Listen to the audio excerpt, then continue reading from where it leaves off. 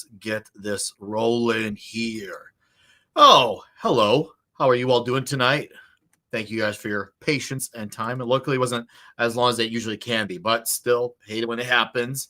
Nice to see you all here. Hopefully, you're all doing okay. I see that the Greek dropped in earlier, said hello, chat and panel. Not sure if I'll be able to watch live today, but I know it's going to be a great show. Thank you, Nathan Greek. Just another Richard. Vulcan lives. Stephen M. Kell L. How's it going?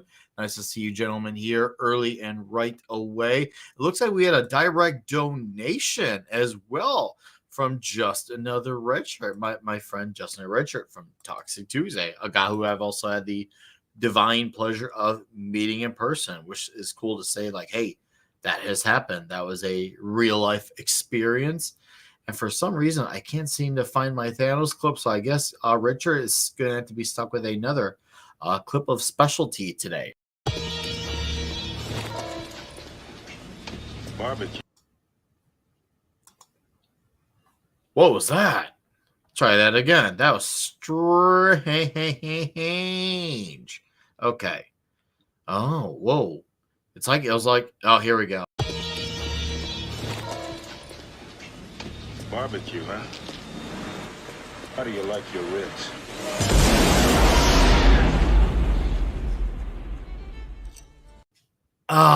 And Red Shirt says, for $5 direct donation dollars, get your special sock out, nerds. It's gonna get good. Sounds like some Revenge of the Nerds madness. What's up, Conan by Crom? How's it going, Jonathan Conroy? Good to see you as well.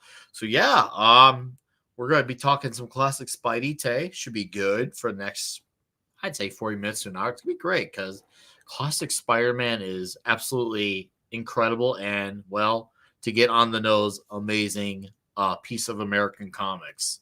And of course, we'll talk a little bit about that news with the Phantom getting his own book, because that definitely is something that's going to definitely get some heads rolling and talk about. I'm curious to see if that'll be any good. But we got a Dbudmartin backstage, ever waiting so patiently. So let's bring him on in. How are you doing, sir? Pretty good, Nick. How are you doing? I'm doing okay. Thank you for asking. Happy New Year to you. Happier New Year to you, sir. I'm glad we can finally. God, it's been, I think last time we did this was right before we lost Clobby. I think that was right around that April, May. Yeah, I it was think May. Yeah, man, the time really moved, dude. It's scary. Like not like scary, but you get what the point I'm trying to make. That's just like, wow, did time really fly by us like that? It's already been. So Clobby was late June, I think. mid June. Mid June. Yeah, mid June. Hey, so what's yeah, up, Danny? it's been 6 months. Yeah. Well, and the older you get, the faster time goes. Oh, it's, I heard that when I was a teenager all the time, and I guess you could say it's a cliche statement, but sometimes when it's relevant, no matter how worn out and used the statement is, and clearly it does speak tons of relevance, and it's one you will not notice until it actually happens to. And now I'm in that stage, and yeah, it really is like, holy wow, this is mega. So yeah, already absolutely crazy. It's been over half year. But Danny, good to see you, dude. Mr. Road to Wisdom, what up, Nate? Happy New Year to you, sir. Hopefully you are well. I haven't seen you in a while, but glad to hear from you. Yeah, dude. So classic Spidey. What, since your guys aren't here, I'll let you show them off now because they're not here. So why don't you and I have some fun with this? I'll embiggen you. I've got some other goodies too. Well, Sweet. I brought a couple of the books that we'll be reviewing tonight. Yes. These were the first ones that I bought myself, because the first one I ever got was issue 59, which I showed last time we did this. But somebody bought that for me, like one of my parents probably. But these two, because that's 63.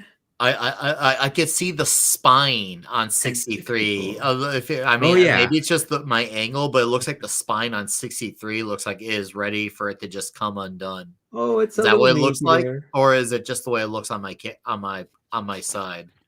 Oh no, you can see there's a there, and you can kind of see there's a fold here in the cover. Yeah, But it's I mean, it hanging was on for 6 all when I your got life. this. So, but Oh this is yeah. my original one. I bought off the spinner Wow. rack at a 7-Eleven in Burbank, California, back in Wow. 1968. That's incredible. But how Just could I think that. pass that up? Look at that Oh, cover. it's an outstanding cover. It's seriously a really outstanding cover.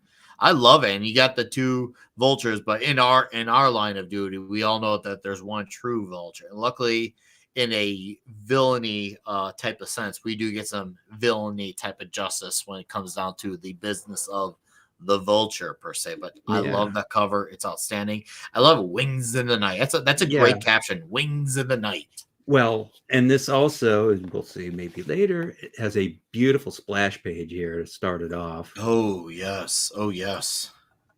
Oh, That's a that really is nice picture. nice. But these are, and all these books we'll be reviewing tonight, well, except the annual. Oh no, They were, we'll well, talk no, the I mean, annual. yeah, we're talking about the annual tonight, but that's different. It was drawn by Oh, okay. Larry Oh, Lieber. yes. But these are actually drawn, these issues were all, the pencils were by Don Heck.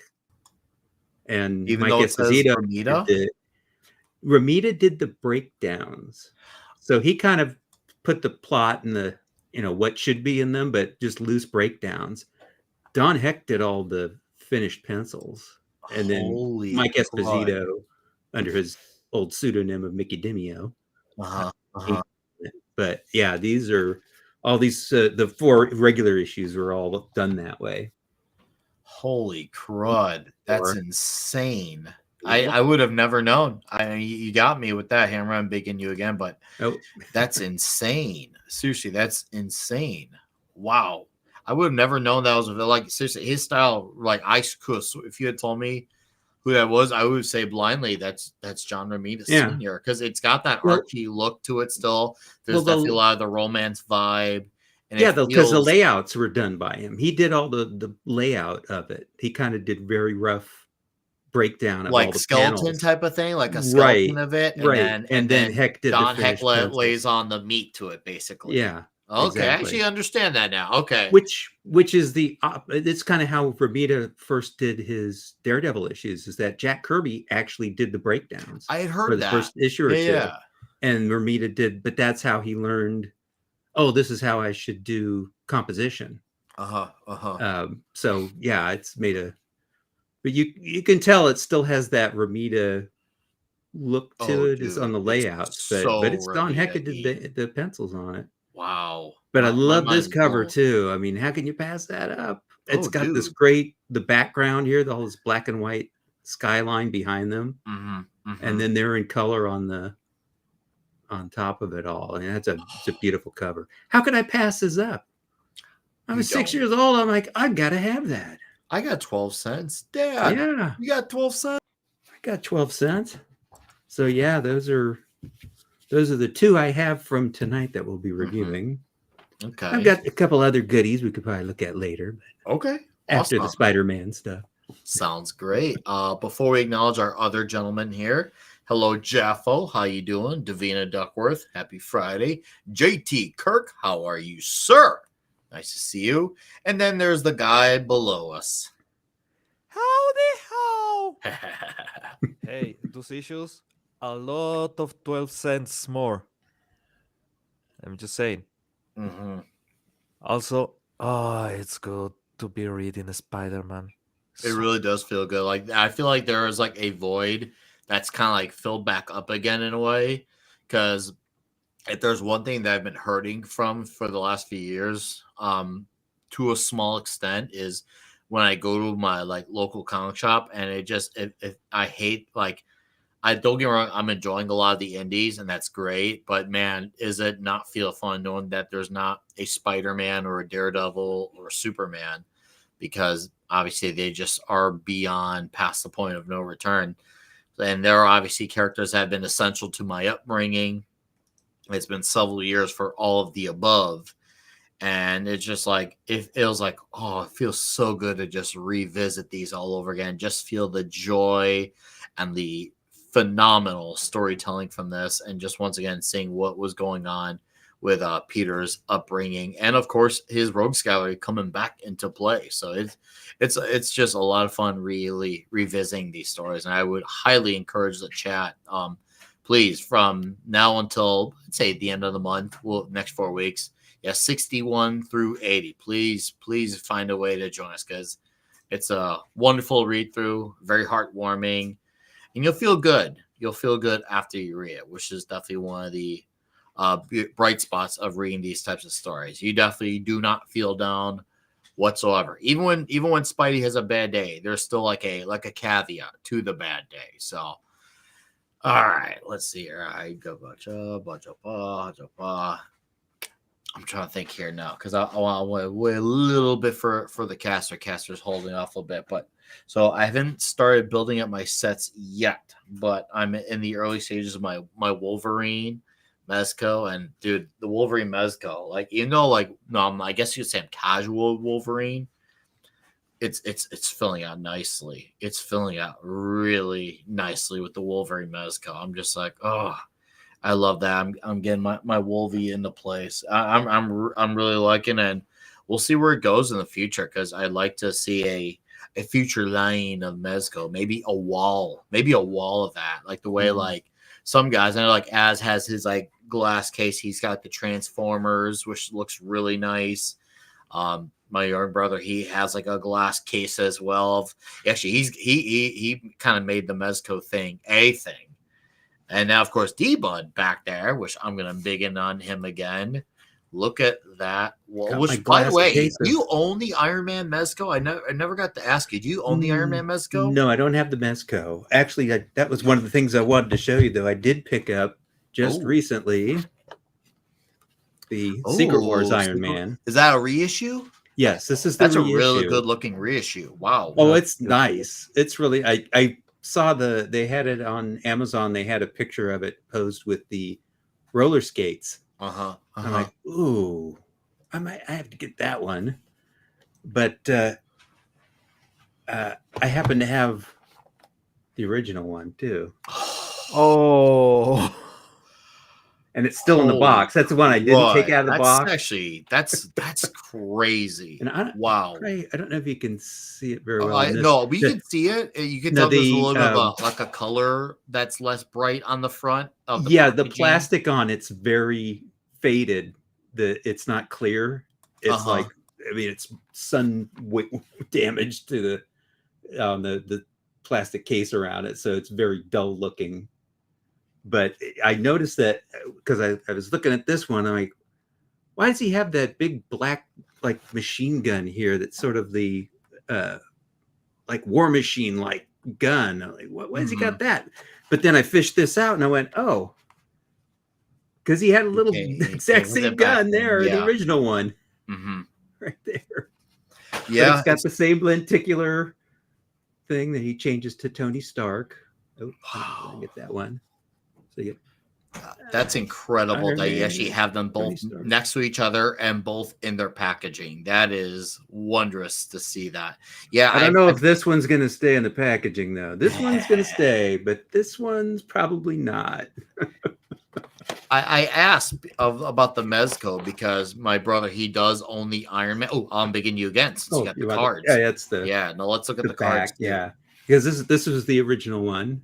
Oh wow, look at that art on there. I loved it when they had those types of like the card on the back of the card. It was an actual card that you can cut out, for information type of thing. I love it when it was like that. Davina asked, were the original toys from the 80s, 90s? 80s. The Secret Wars one is from the 80s, yeah, and it's from Mattel. Actually, did that. This reissues Hasbro, but they have the same. Like these are basically the same characters, and then they added these two for this reissue of Titania and the Beyonder.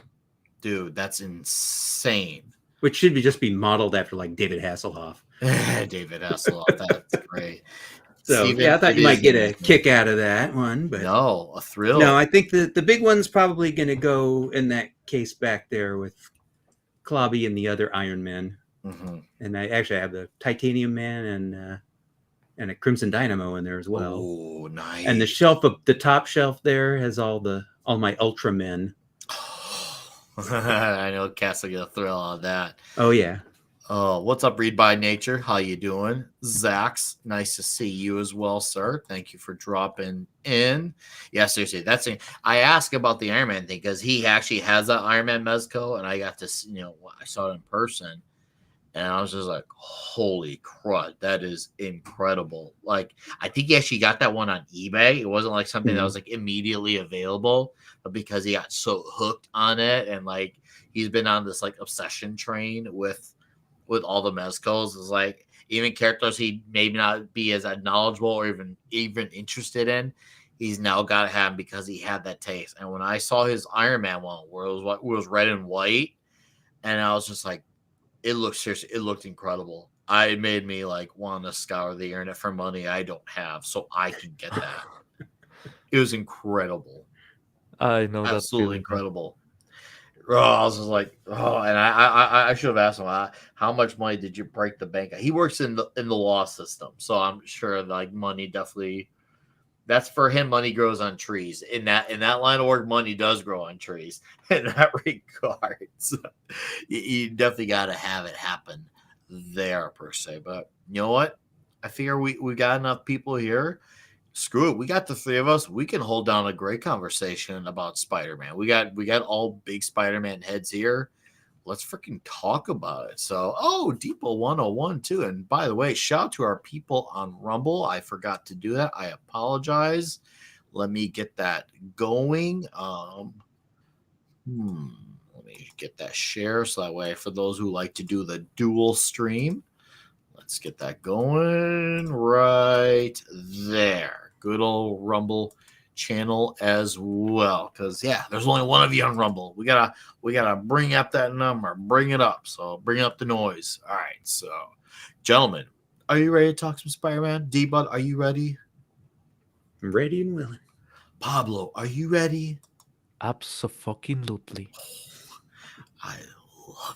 I love that. Okay, let us do this. Okay. So let me get it up. I feel like Gary. Number 61. I'm going to let our guest be the leadoff man on this because, well, he's the guest, and I feel like it's absolutely cool to have him lead off on his thoughts on this issue first. This one's this has a really clever plot to it. The twists in it. You've got Captain Stacy's still for those of you who have forgotten what we were talking about last year, 6 months ago. Yeah. Previously, Captain Stacy previously was on Amazing Spider-Man. We've left you hanging all this time. Captain Stacy was brainwashed by the brainwasher who is working for the Kingpin. He had him steal some records from the police department files, and Peter of course took a picture of him while stealing it, and it got published in the Daily Bugle, which is what Gwen's looking at there in the paper. And of course Captain Stacy also tried to attack Pete while under this hypnosis. And Pete kind of knocked him away and knocked him down. And Gwen walked in on him and thinks that he assaulted her father. So Pete's moping around because he's like, oh, Gwen hates me. And now she really is going to hate me because my picture of her father breaking into the police records is now in the newspaper. So now she's got 2 reasons to hate my guts. And then he's figuring that, now after I mope around for a bit, I better actually check up on him because they might be heading up after him to get him because he's outlived his usefulness. So you have a lot of him going around beating guys up, trying to find out where Captain Stacy is. And then we have the interesting plot twist in this is that the brainwasher, who's been doing all the stuff for the Kingpin, actually works for Norman Osborn. Oh, ain't that something? Norman Osborn. What? And Spidey goes, as he's trying to find him, he winds up going to the disco that Mary Jane was working at, and finds a clue there that, hey, it's Osborne Industries. I bet maybe I need to head over there. And you see that Osborne is kind of figuring out that, hey, this guy that's working for me, who's the brainwasher, he's spending all this money that I didn't authorize. Like that would happen. So he's kind of catching on that something's a little fishy, but he's been having these odd feelings whenever he sees Spider-Man or sees something in the paper about the Green Goblin. And this will be a running theme through these issues that we're covering. But I like in they wind up capturing Captain Stacy and Gwen and taking them back to the factory to kind of lure Spider-Man there and take him out. And the big twist, of course, at the end of all this is who saves the day and rescues them out of all the danger. Oh, yes. That particular danger. Yeah. So there's the bad guy's going to shoot him and all this stuff. And who comes in and saves the day? Norman Osborn. Of all the people. Of all the people. He winds up being the guy that saves everybody. Comes, tackles, sees that he's there. He's like, hey, what's he doing? He's working late in the factory. What the heck is this guy up to? He's spending all this money, and he walks in on him and sees him threatening the Stacys and just tackles him. Says, gee, this is like, let's be honest. Naturally. Let's be honest. It was more the wasting the money part that made him tackle. Probably, yeah. I can understand. Yeah. I think Elon Musk would do the same thing. Yeah. that was good. Yeah, Reed said in the chat, yeah, the more I hear about this Norman guy, the less I like. JTA, I said, what? We didn't start 69 because, well, unfortunately, our reason is a bit more simpler and uneventful. And that comes from the guy who usually likes to make those jokes.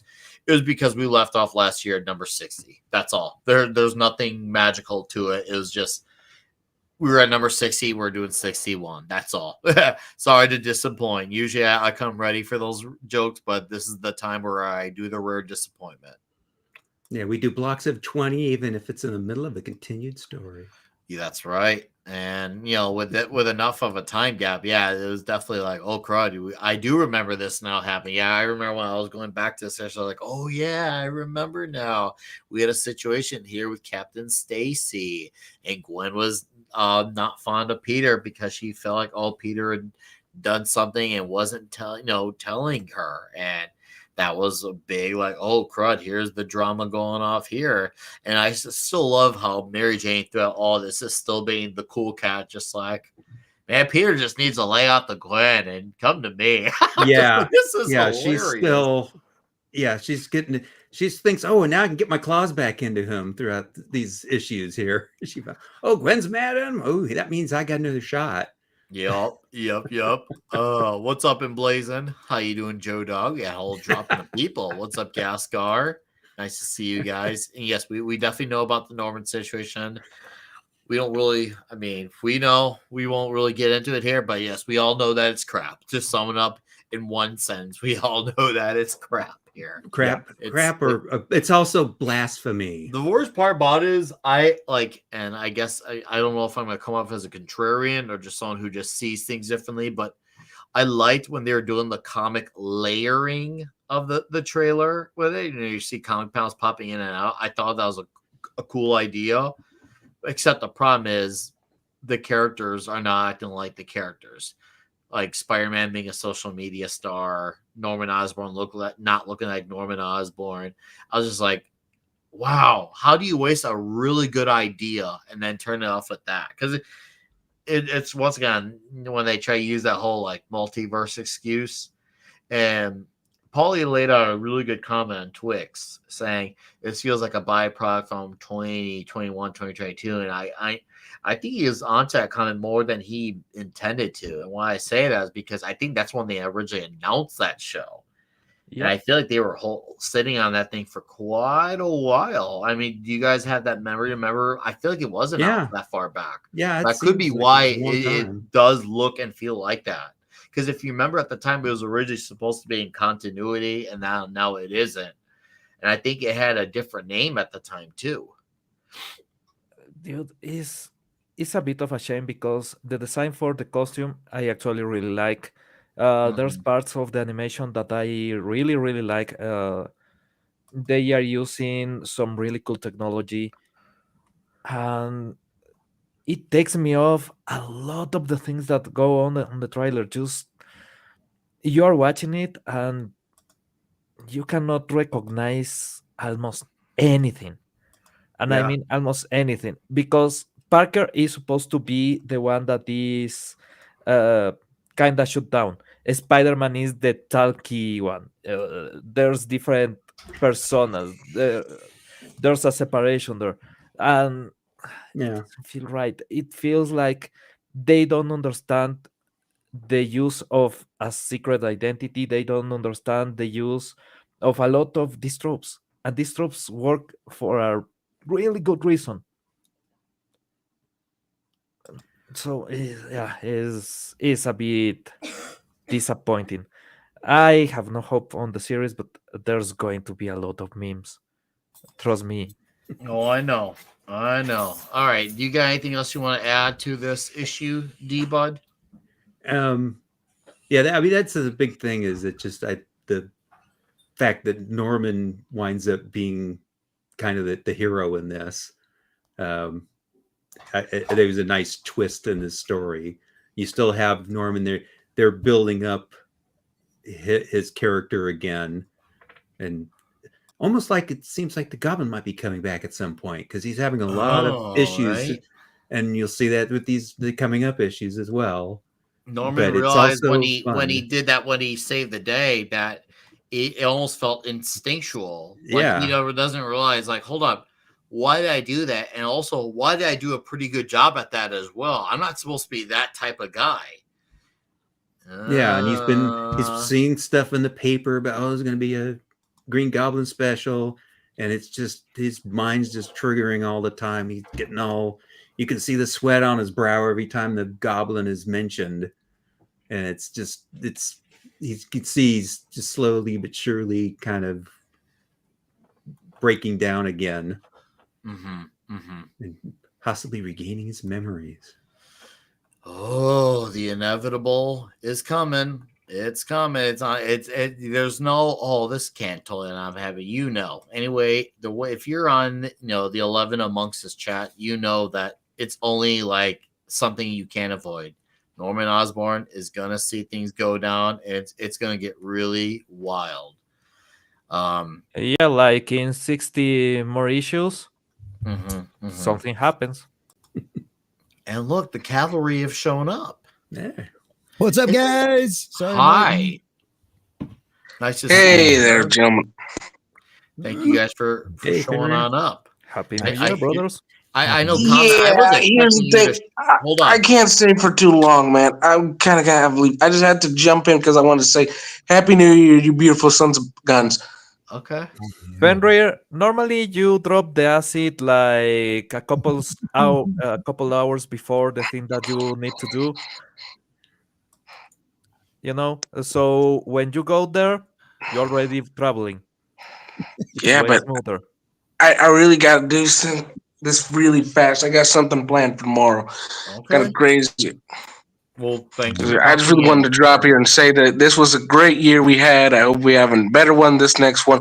Love you guys. No homo. Oh, it's all good, man. Thank you for dropping in, Fenrir. Good to hear from you, sir. Yeah. Okay, Happy New Year to you, by the way. Yeah. Before I leave, I just want to say I'm coming for you, Common. Keep trying. I wonder what that's all about. I guess we'll have to find out on the next episode. He watches my videos late into the night. Oh, Peace. okay. Peace. Happy New Year. I'm not gonna lie when I say I wasn't expecting because I saw your posts about not being able to do streams. I'm like, oh, he's probably got a stored voice stall. He hasn't really said much. Hope he's okay. But I'm glad that you're here because I wasn't expecting this. Yeah, no, I got freaking kind of sick New Year's Eve or New Year's Day night, and like, yeah, it wasn't good at all. So yeah, I couldn't do squat yesterday. And so I was finally feeling good enough to at least do my stream this morning. But there wasn't, I mean, hell, there wasn't there. It's New Year's week. There ain't a whole lot of freaking shit going on right now anyway. But yeah, no, I definitely, I wasn't feeling great at all yesterday. But no, I'm good now. It all has passed through my system, and we'll just leave it at that. So Gatorade. seems to be good. Yeah. Yep. Oh yeah. Yep. Lots of water, all that kind of stuff. Crackers. Oh yeah. All right. Oh, yeah, I had to make it first show of the new year. Come on now. I couldn't miss it. Well, thank you, because I would have totally understood if you could. You know, things do happen. I understand how it is, as they like to say around these parts. That's right. I get it, man. I get it. So, but thank you.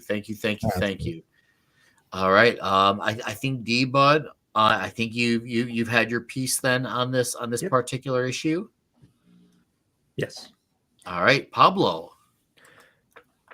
Dude, it was a flashback. This issue specifically was a bit of a flashback because, we reviewed this one with a great friend. The series, yes. So, in my head, I was still thinking about his Stanley impression, and it was absolute perfection. It was. It really was. And so it was a bit somber at the beginning, but then fucking hell, I love Spider-Man so much. And I was in a hurry because I thought that yesterday was Friday, not today. So I was in a big hurry to finish it. And then when I see that, it's a day early, so I don't need to worry about that. And I wrote to the chat, I was really, really happy about the fact that I could take my time and watch the pretty pictures, because the quality of the illustration is great. The shadowing, the whole feeling is absolutely great. And then you are going through this, and obviously you have to go back to the previous issue. You cannot just read this one in isolation, because there's a lot of context that you need. Yeah, especially since it's a continuation from where we left off last year. Absolutely. Yeah. So I did that, and it was a really good surprise that I still had that feeling on the stomach of what's coming up next, even though I already read the issue number 60, the first part of this story. I was really like, what's coming next? I knew it. It's so well written that you are wondering. And yeah, full of surprises. Norman Osborn is starting to regain his memories.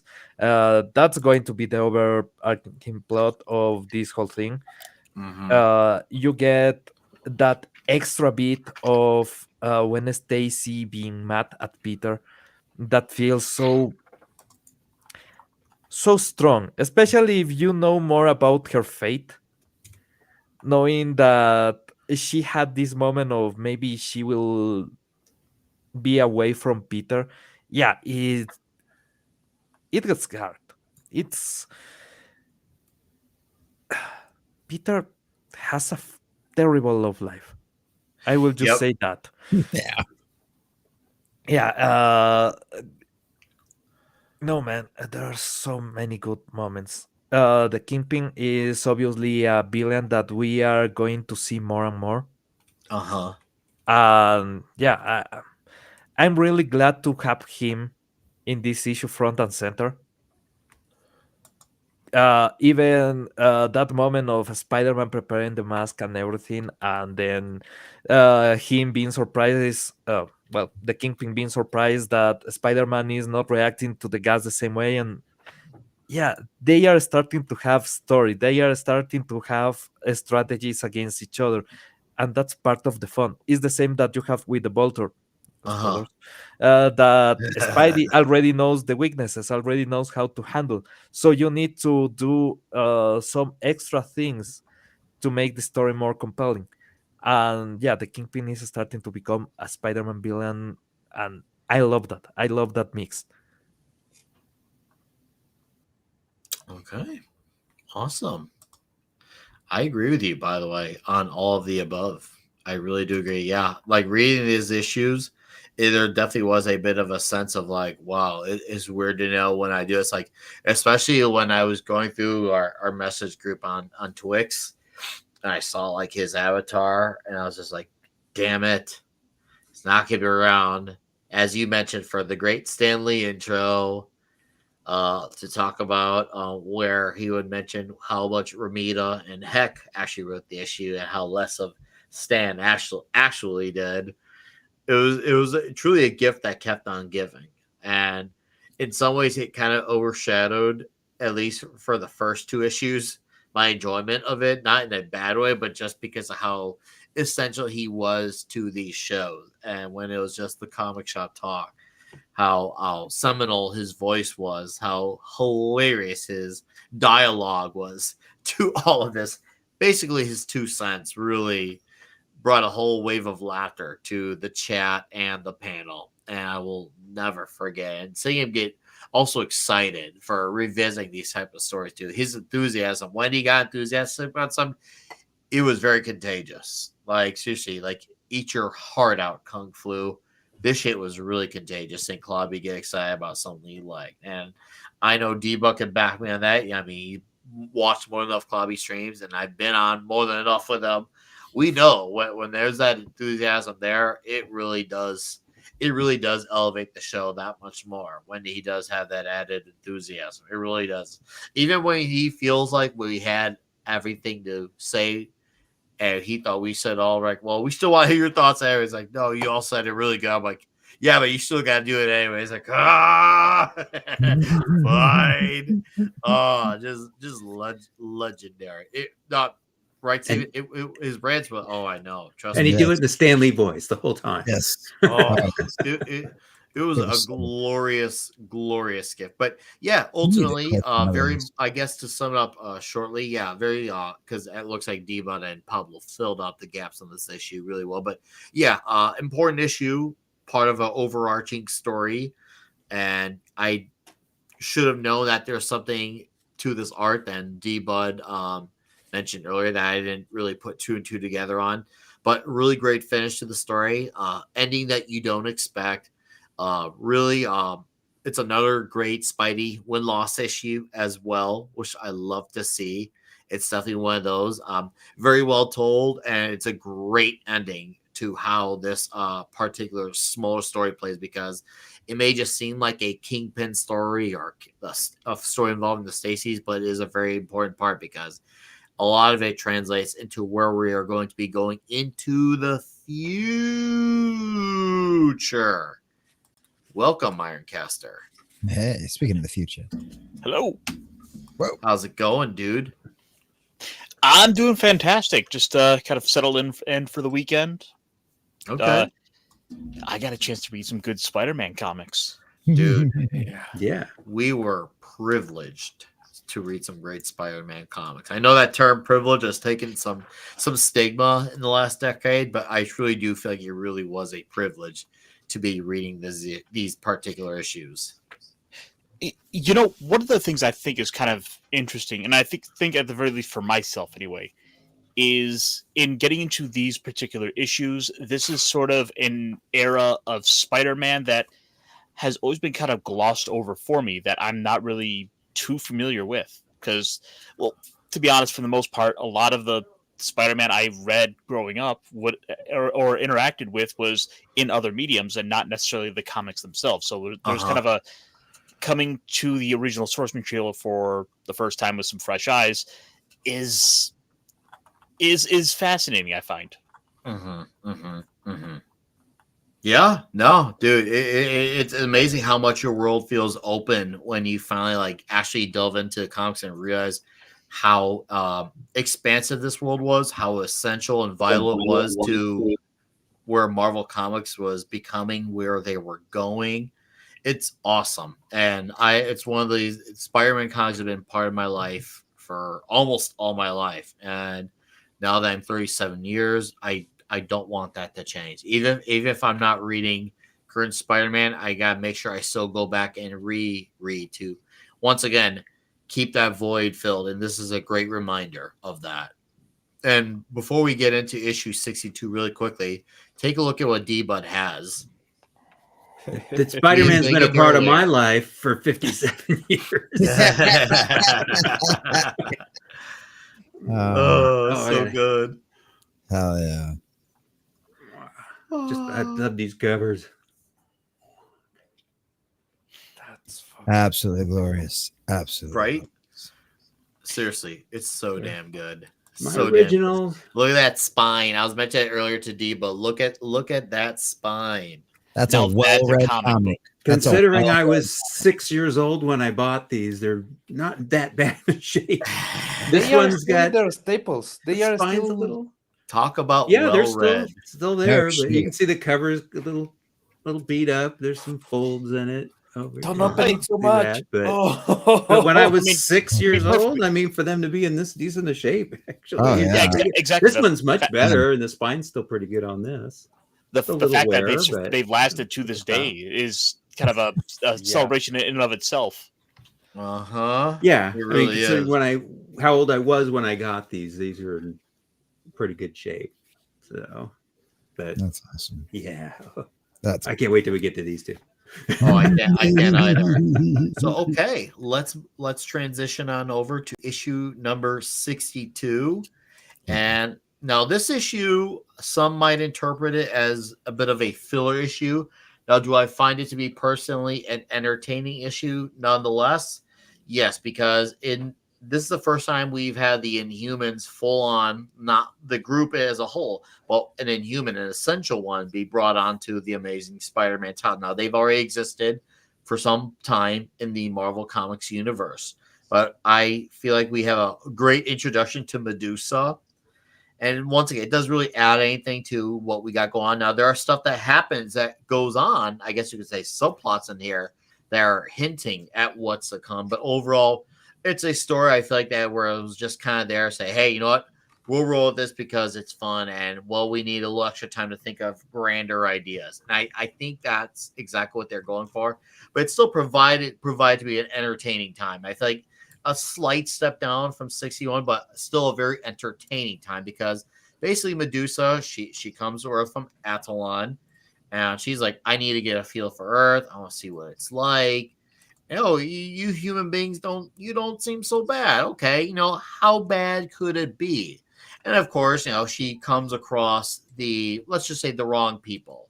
And when you come across the wrong people, like, oh, hey, you should get into advertising. We have a hairspray called Heavenly Hairspray. You'd be a great advertisement for it. Which, to be fair, I can see why they would because, when you see those locks, people see stuff like that, and that is smart advertising. And before I go on about the story, I want to say this is a phenomenal cover.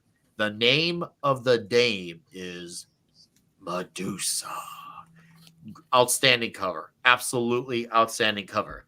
So as she gets her feel for the world, well, things go awry because, well, she's talking with super corporatist type of guy. And of course things go awry.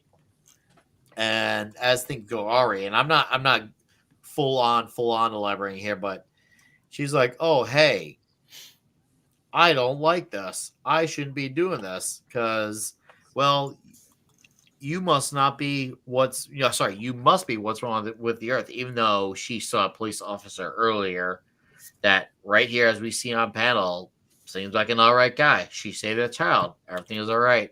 I guess she has short-term memory, and well, for it was the guys who she had the bad experiences with her that left the lasting impression. Nick, you And know that her memory is a bit hairy. true.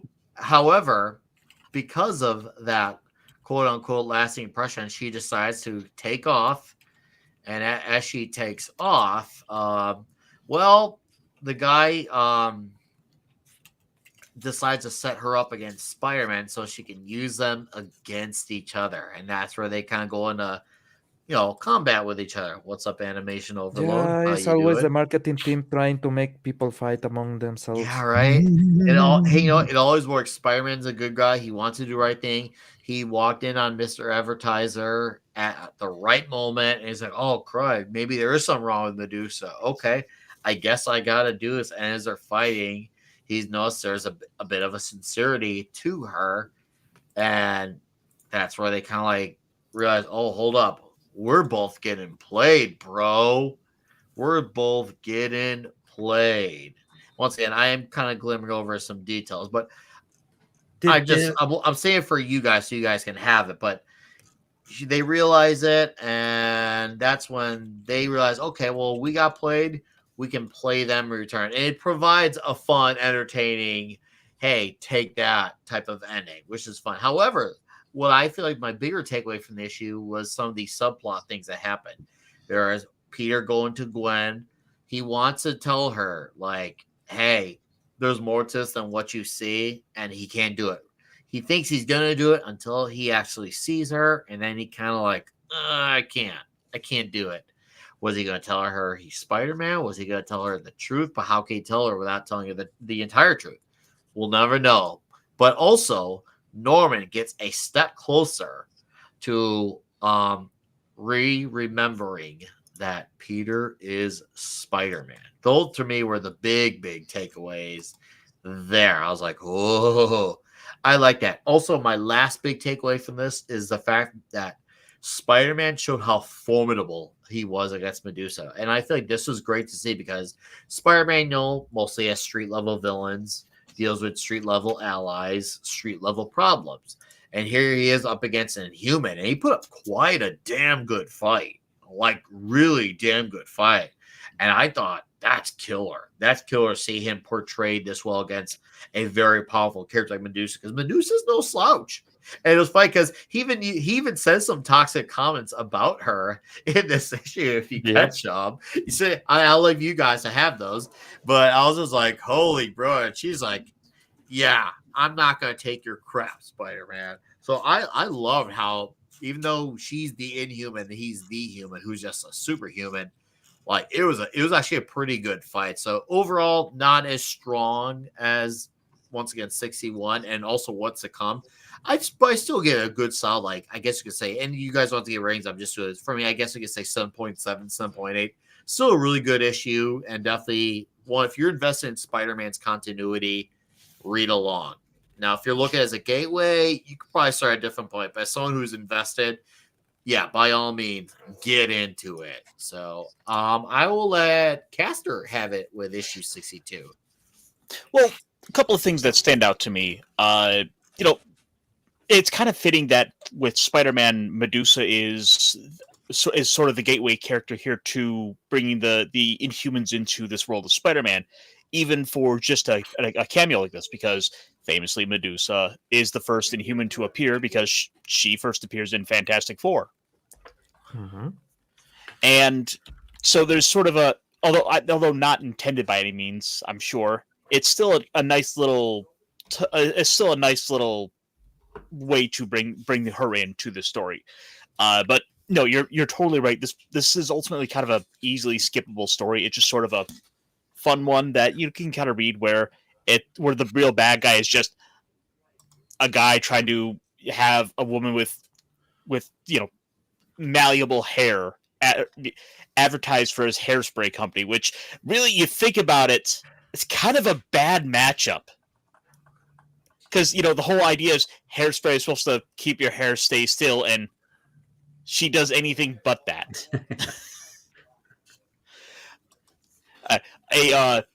The big boss who looks like he raided the Joker's wardrobe, by the way. Like, I can't be the only one who thought of that. Well, I know what I thought of. I really wish Clobby was here for many reasons. But one of them is I would have asked him, if he felt that that Bliss and his assistant reminded him any of Funky Flashman and Houseroy. If you know what I'm talking about. I can't say I do. I'm a little in the dark. You don't know who Funky Flashman and Houseroy were? It's deeper cut than I'm aware. They were characters that Jack Kirby had in his Fourth World comics that were his kind of digs at Stan Lee and Roy Thomas. Oh, no shit. Did not know that.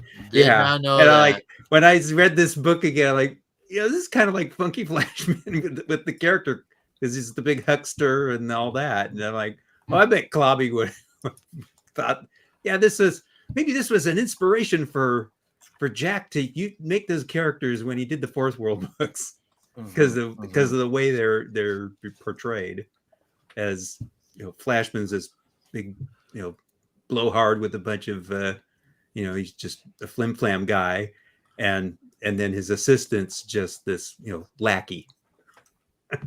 That's exactly what he did on those. I found characters. That actually that was really funny. I don't know if he is just the assistant or if he is something else in the company, because he's actually complaining about operational stuff during the issue, and he's thanking Spider-Man for trying to help because he just wants to get rid of Medusa. She's too much monetary damage to the company. So yeah, I love that guy. And then by the end of it, the board has voted that the other guy now gets to run the company, and he's out. Yep. And the other guy takes over, just like Roy Thomas took over for Stan when was editor-in-chief. That's another reason it made me think of them. But the only other thing I wanted to comment on was Medusa's monocruiser, her little weird square diamond flying jet with the giant hole in the middle. It's not a it's a fine design, but it's certainly not something Jack Kirby would have made.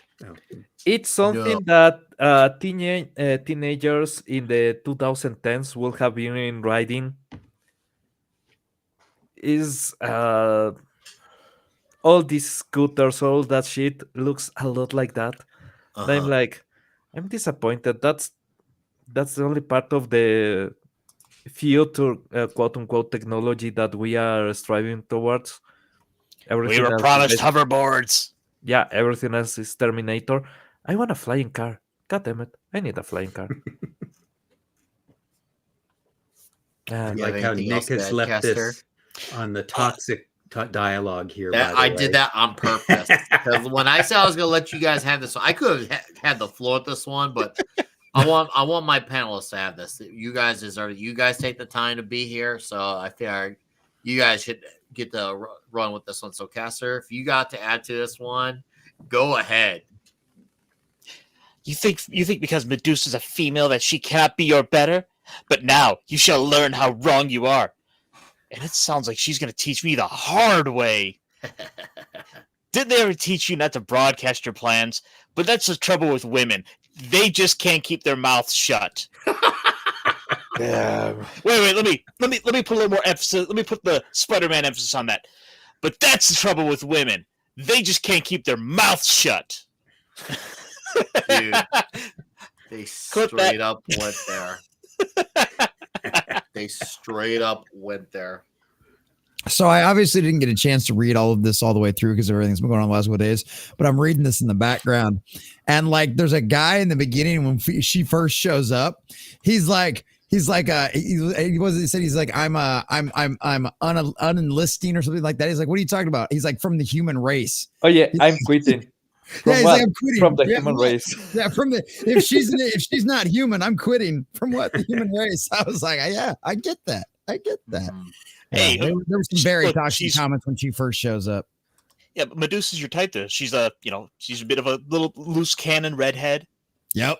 Yeah, I was well, like, she's of royalty. Don't forget, she's of royalty too in that song. She's of royalty. She's with Blackagar Boltagon, aka in simpler terms, Black Bolt. But because if you're a real Marvel guy, you know he's actually Blackagar Boltagon. So I had to flex my Marvel muscles right there.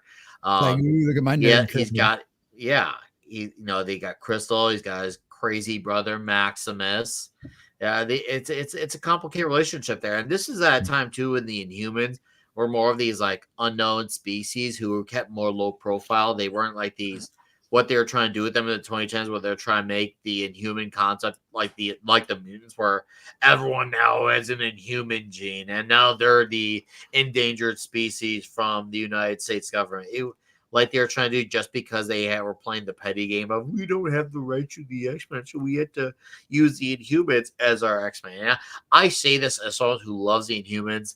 And I hate it because for some people that was their introduction to the humans, and because that's their introduction to the humans, they hate them by default for trying to replace the X-Men with that. They won't associate what came before with them, and now we'll never know what could have truly been. And I remember I was initially excited at an Inhumans movie for Phase 2, but until I learned why they had it, then all of a sudden I became less excited because wasn't it merchandising rights or something? Wasn't that specifically? No, because Feige didn't originally want a Inhumans movie. That was something that was pushed on him, and he actually did not want it because he wanted to have. I'm trying to think. I got to refresh my memory now on this. Yeah, it's been a while ago, but Feige did not want it, and for all the bad decisions he's made a lot in recent years.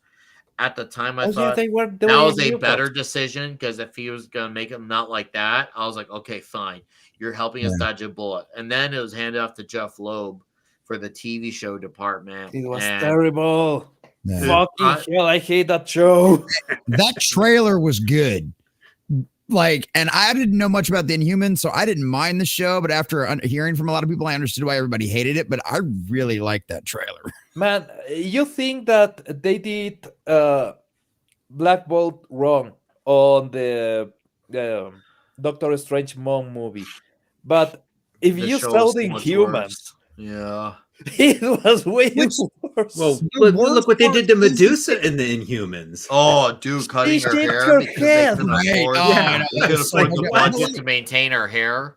At least they cast a good actor for Black Bolt because the guy could act. Anson Mount's a great actor. Yeah, it's just like horrible everything else around. Yeah, but he has to be silent for the role. Right. That was supposed to be the character, a silent character. Mm-hmm. That's why he was a good actor for his face. So yeah. Oh no, he was. And that's the thing. He's supposed to wear a mask too. He's supposed to wear a mask. Mm-hmm. And man, I remember when I first saw the outfits, I thought to myself, "Oh boy, this looks like they did not spend a lot of money and looks really cheap." And then they said after it all came out, it was canceled. We were told to make it quick and to make it cheap, and well, it definitely showed at the time. Yeah, that was very obvious. Then when the show failed, then they decided in the comics they aren't taking off the way that they wanted them to, so they decided to just can it all with. And it seems like, I mean, to my knowledge, from what I hear from my friends who still read current Marvel, they have not really recovered to this day on that. And also, before we carry on, what's up, Mojo? He said just read Hyde Street, loved it. I read Hyde Street too. I enjoyed it as well. Ivan Rice is killing it on the art on there. It's a really great horror comic. It's 2 issues in it. It is frightening, and Ivan Rice is killing it. If you guys liked what he did, back in the John's days with Green Lantern, you'll like what he's doing here, especially if you dig horror. He's killing it. He's absolutely killing it. But Caster, did you have anything else you want to add to this issue, or are we good here? Oh no, we're good here. The only thing I was going to add was just that also the great casting of Maximus the Madman in Humans show. Yeah.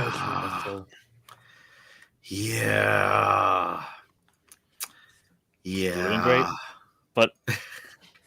The thing, at the end of the day, they ain't the X-Men. Yeah, they're well, and they should have never been like the X-Men. That's the thing. And people who, once again, they will never be properly judged because they're going to be now be default associated by the X-Men to people who are either not as deeply versed in comics or are complete normies. Because I think, the Inhumans, the X-Men ripoffs, bro, they've been around just as long. Here's the thing. Obviously, if you give or take a few years, but you get the point. It was like Perlmutter, though. Ike Perlmutter was the one who said, stop doing the X-Men because it's like advertising for another movie studio. Yeah, but the races are completely different. The way that they work are completely different. The Inhumans have a place in their society. They are not these people that will never be accepted. The mutants are people that are born in our society and they are just rejected. So that's what creates a lot of the dynamic between them being these outcasts, but also trying to be super heroes at the same time, trying to help people, trying to do the good thing while they are hated by society. The Inhumans, they have their whole society. If humanity dies, they don't give a fuck. But there's a lot of good stuff coming from their contact with society, the contact with humans, because there's so much difference, there's so much clash. And this issue of Spider-Man goes exactly into that, into Medusa thinking, well, maybe these people are just a bunch of primitive apes, because for them it's a huge good society that works. The fact that these companies cannot understand that and they think that they can replace one with the other is absolutely stupid. Good point. Read by Nature. Yeah, I remember at the time she was considered a very popular keywords Inhuman, and then once they were inconvenient for her to be used for that, then all of a sudden now they had to make her into immune because that's the thing to know attach her to, because they wanted the Inhumans to be the mutants. And I see Mars Monkey said, when I heard it was possible Glenn Danzig would play Wolverine, I was like, yeah. And here's the thing, as much as I would love to see that, I think you have lasted no more than 2-3 movies. And the reason why I say is not because I don't think he'd be bad, but because his schedule is too loaded with the comics he does with the Veritic Company. And then obviously he likes to do his super like indie horror films. And then, he's obviously got Danzig. And then he's got his on and off shows he now does with the Misfits nowadays, since him and those Misfits guys are talking again. And they have been for the last, I think, half a decade. So it would have been one of those things where it would have been a short-term game of fun. It would have not been able to have done some long-term. And could that have been fun for the short time being? Yeah, it could. Maybe they could have gotten him back for a Deadpool Wolverine and say, look at the different faces. But I think in a way, unfortunately, it would have not worked out long term. It would have been a fun short term thing to have had. And at least he would have had the height. Glenn Danzig has never been a tall guy, but he is very jacked, and he still is to this very day, even though he's like, I think he's like somewhere between 66 through 69. Glenn's really old by age, but his physicality tells you a very different story. So don't believe me. 63, very old. Hey, I don't make the rules. I'm just saying, to some people, he might be considered old. I don't know. But Glenn Danzig's still in great shape. Dude, Faggy got played by Deadpool and Wolverine. The fact that they have the Calverine on camera, and then they did a lot of jokes about that, and they did a lot of jokes about Jackman staying as Wolverine. They are basically fucked. Whoever they pick that is not Jackman or Cavill, they are fucked. Yeah, it's one of them situations where I think they kind of intentionally wrote that in there, and Feige allowed it. He had to approve everything that was in that. He had to approve the script and everything else, so he allowed it. So he must not have a problem with the fans having all those thoughts inside of their heads. So we'll see what happens. Okay. Well, somebody has to have thoughts on their heads about Marvel, if not Feige. And it wouldn't be a big issue if if they didn't like marry the characters to these actors. Like they need to treat it like we used to treat Batman, like we would treat James Bond. You just keep recasting, keep this going. Doctor Who this shit. Well, Like- Doctor. Yeah, I get where you're coming from. The thing is that in Doctor Who, you have that acceptance of the regeneration of the Doctor. You know that the face will change, that the character itself, the personality, and everything will change, and you are waiting for it. You are actually embracing the fact that this Doctor may be the one that you like. Well, up to let's be honest, I will say up to Matt Smith, because that's the point where they actually knew where they were going. With Capaldi, they kind of lost track and it didn't really work. Capaldi's great as an actor for the role. The fucking writing was terrible. Anyway, but you are expecting that. You are expecting the transformation. With Batman, you need a continuity. So, yeah, change the actor. But here's my thing. If the actor is trying to make his own take, fire that motherfucker on the spot. Because if you don't recognize the character from one movie to the other, yeah, and there's a continuity, you fuck up. Well, and that's also one of the advantages to keeping the actors in their damn masks too. You know what I mean? More often rather than than have not. them take them off every 2 minutes. Which, Yeah, you know, for all the praise people give Sam Raimi's Spider-Man 2, that movie is one of the biggest complicit movies in that concept. Because in the first movie, he did have it on a good chunk when he put on the suit. But man, that second movie, oh boy. Not so much. Every other opportunity Tobey Maguire could get, he was ripping it doing off. it.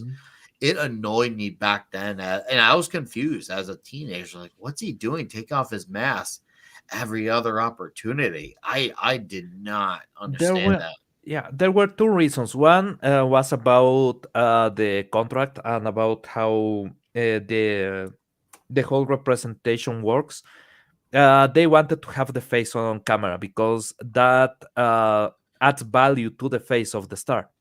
So contractually, they set up ways for. I hate that so much. Yeah. The other one is so that people have difficulty to emote through masks, and they needed to have in some scenes some reaction actually shown on camera that you can understand. And there's not many people that can pull that.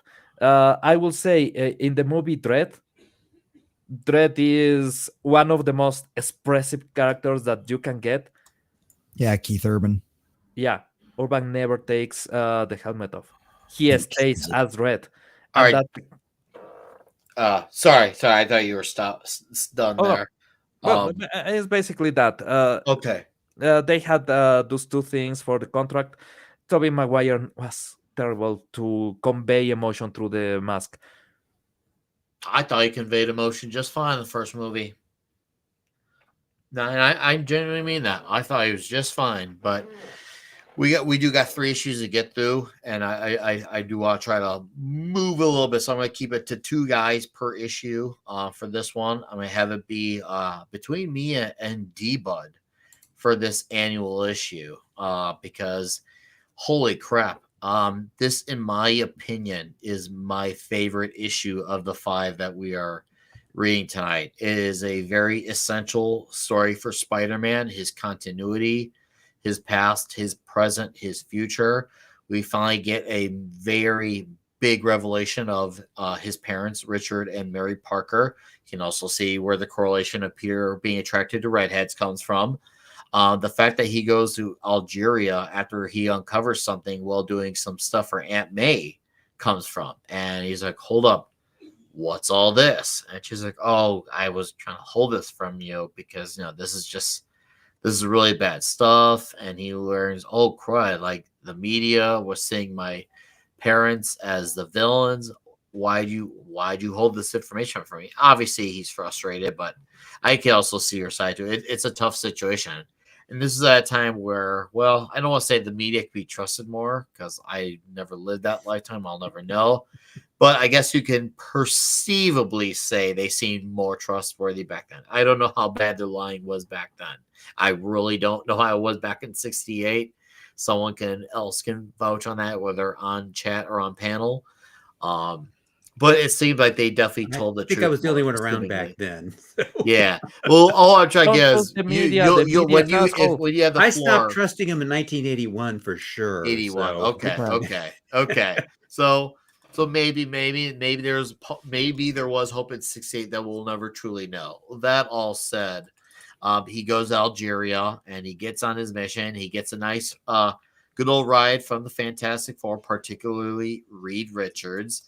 And he gets there pretty quick to Algeria, and he goes through a few hassles to get there. And it tells at first in flashback before it brings you to him with Aunt May and that back to present day. It's definitely one of those formatted type of stories.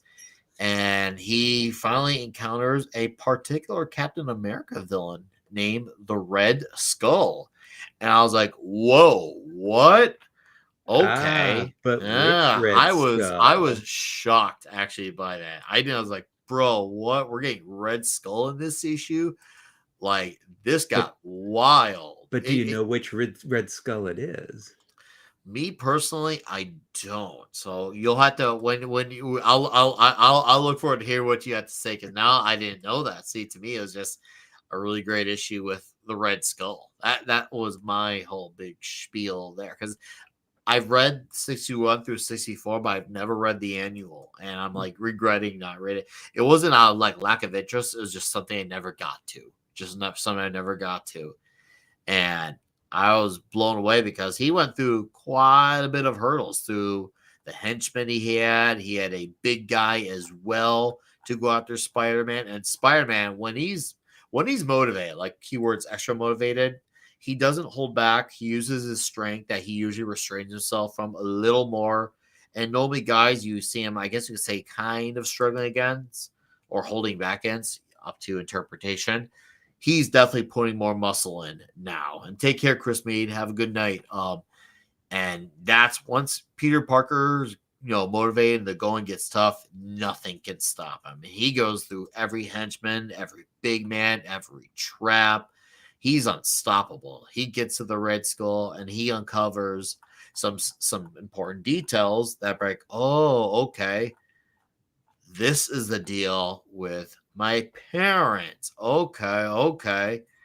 It's an action-packed issue, even though it's 40 pages and it's cool you get bonus content, but it doesn't feel like it drags on. This issue moves, and that's something else I've noticed as Lee was going on, and maybe we can have a debate on that later once again, whether Lee did or did not write. But point being is, I noticed that the stories, even with a longer page count, were not as extensive of reads. Maybe it's because there wasn't as much as exposition as needed versus very early on, where some issues would take, I guess you could say, a half hour to finish, which I was fine with. I just got used to it. And I'm like, holy crud, these issues are quicker reads. It was just something I kind of like recently noticed with this batch of issues. Even the annual issue, which was 40 amazing pages long, but he got to know the actual truth, and there's quite a bit of it. Nothing convoluted, but there's definitely a bit of that double agent thing going on. And like, oh, okay, I get it now. Turns out Richard and Mary Parker were traitors, and they were playing a double agent game, making themselves look loyal to the Red Skull, and actually they weren't.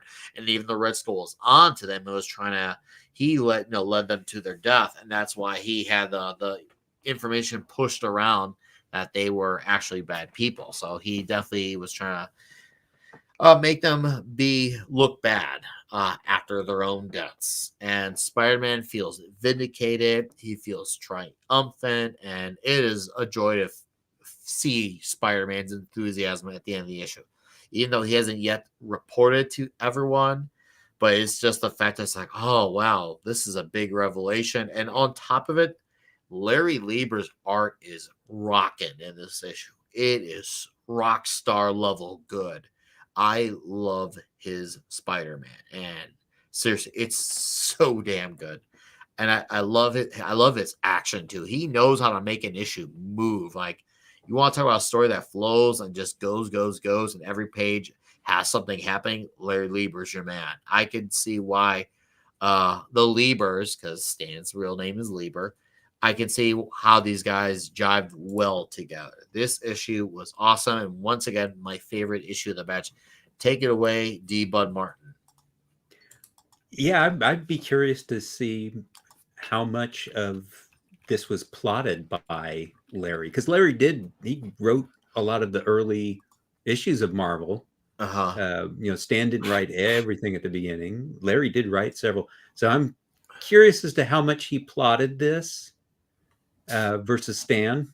We know Stan did the word balloons, but he tended to do that mainly and not so much the plotting there was, Romita did consult on it, as it says in the credits. There might have been a little co-plotting there with Larry, but yeah, like he gets right into the action right away. It's sort of like Annual 4 where he had the Human Torch one. That a lot of action in that. This has a great deal of action, so it does really move, like you were saying.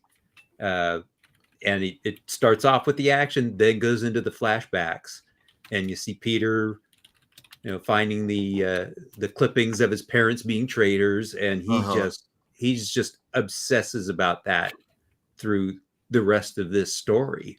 I felt it, dude. I felt his stress. I felt his angst. I felt how driven was. I felt like I was living vicariously through him in this issue. I don't know about you, but I felt this, man. Yeah, he's really torn up. I can't believe my parents were traitors. I got to find what really happened, what went on. And yeah, like you said, he gets help from Reed Richards. Of course, the problem I had with that is Reed takes him in that new fancy machine from Stark Industries and flies him over there and drops him off.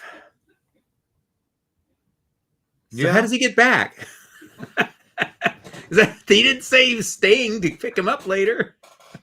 Yeah. But anyway, but he goes through the whole town. I mean, he's just driven. He goes through the whole town trying to find the guy that I identified their bodies, apparently, and he finally finds them and gets the information on this place where he thinks he might be able to find what was going on. And it's, as you said, it's the Red Skull's place. He breaks into the files and finds his father's car, and he goes, "Oh my God, he was part of the Skull's organization, and he was a traitor."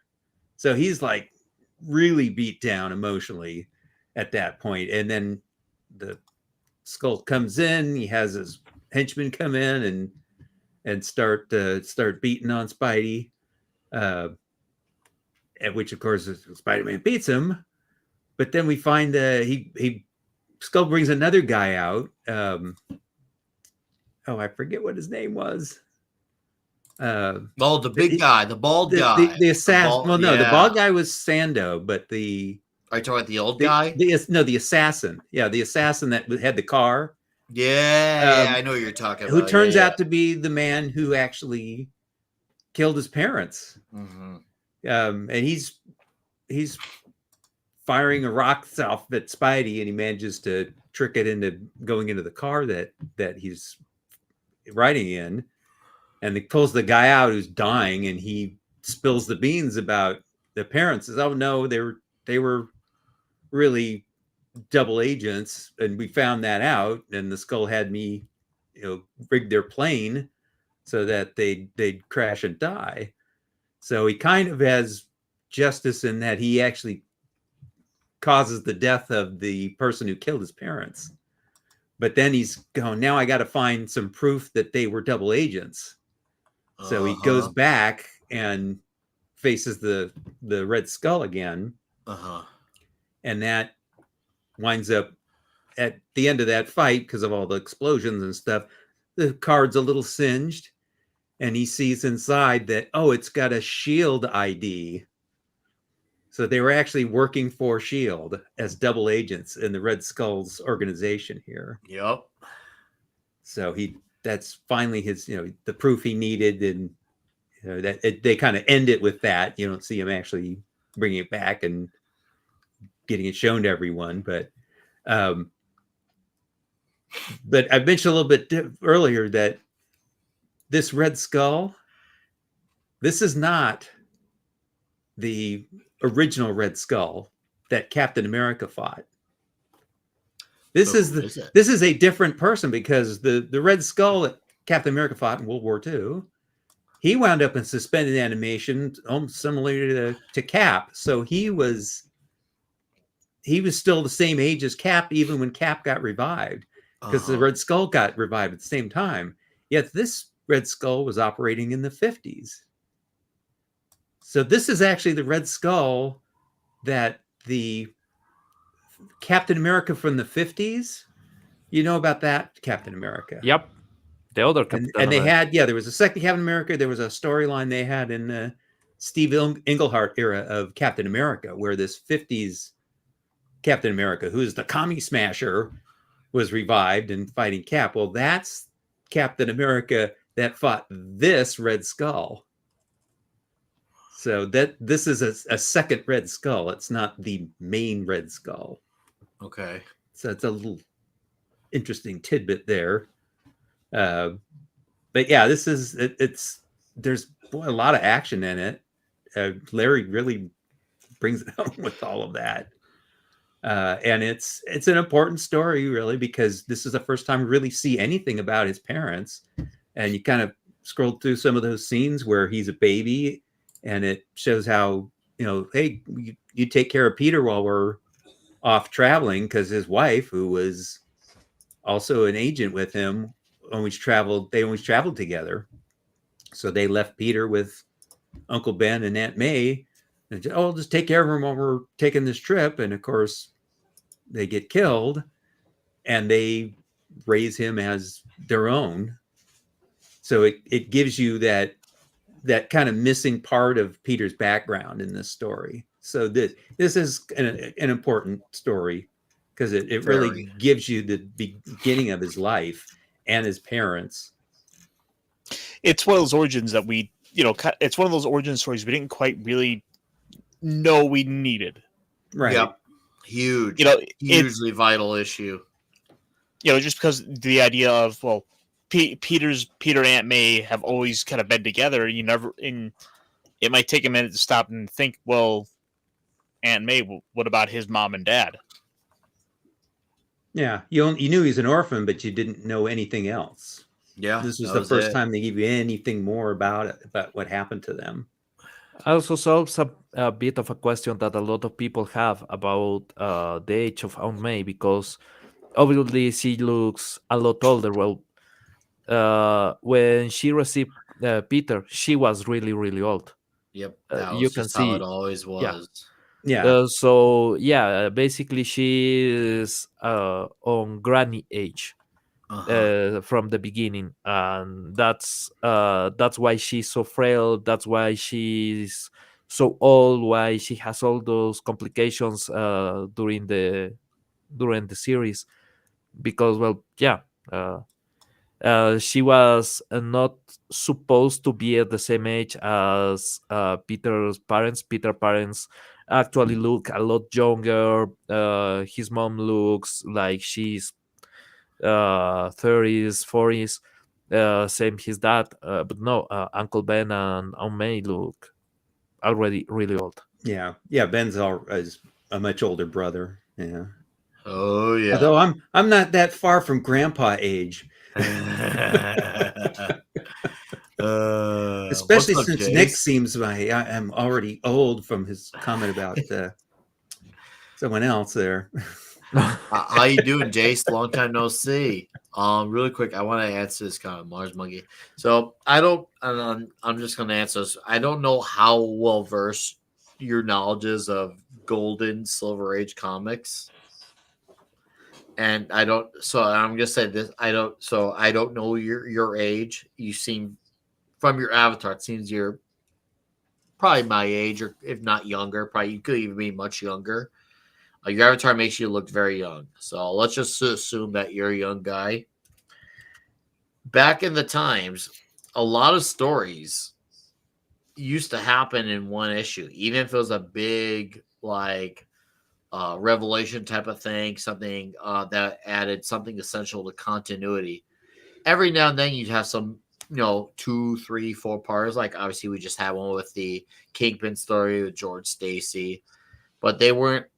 A lot of stories weren't written for the trade the way a lot of them have been in the last 15 and to a smaller extent 20 years. So it wasn't like the decompressed format that has really become dominant for better. Oh, he's older. Okay, I wouldn't.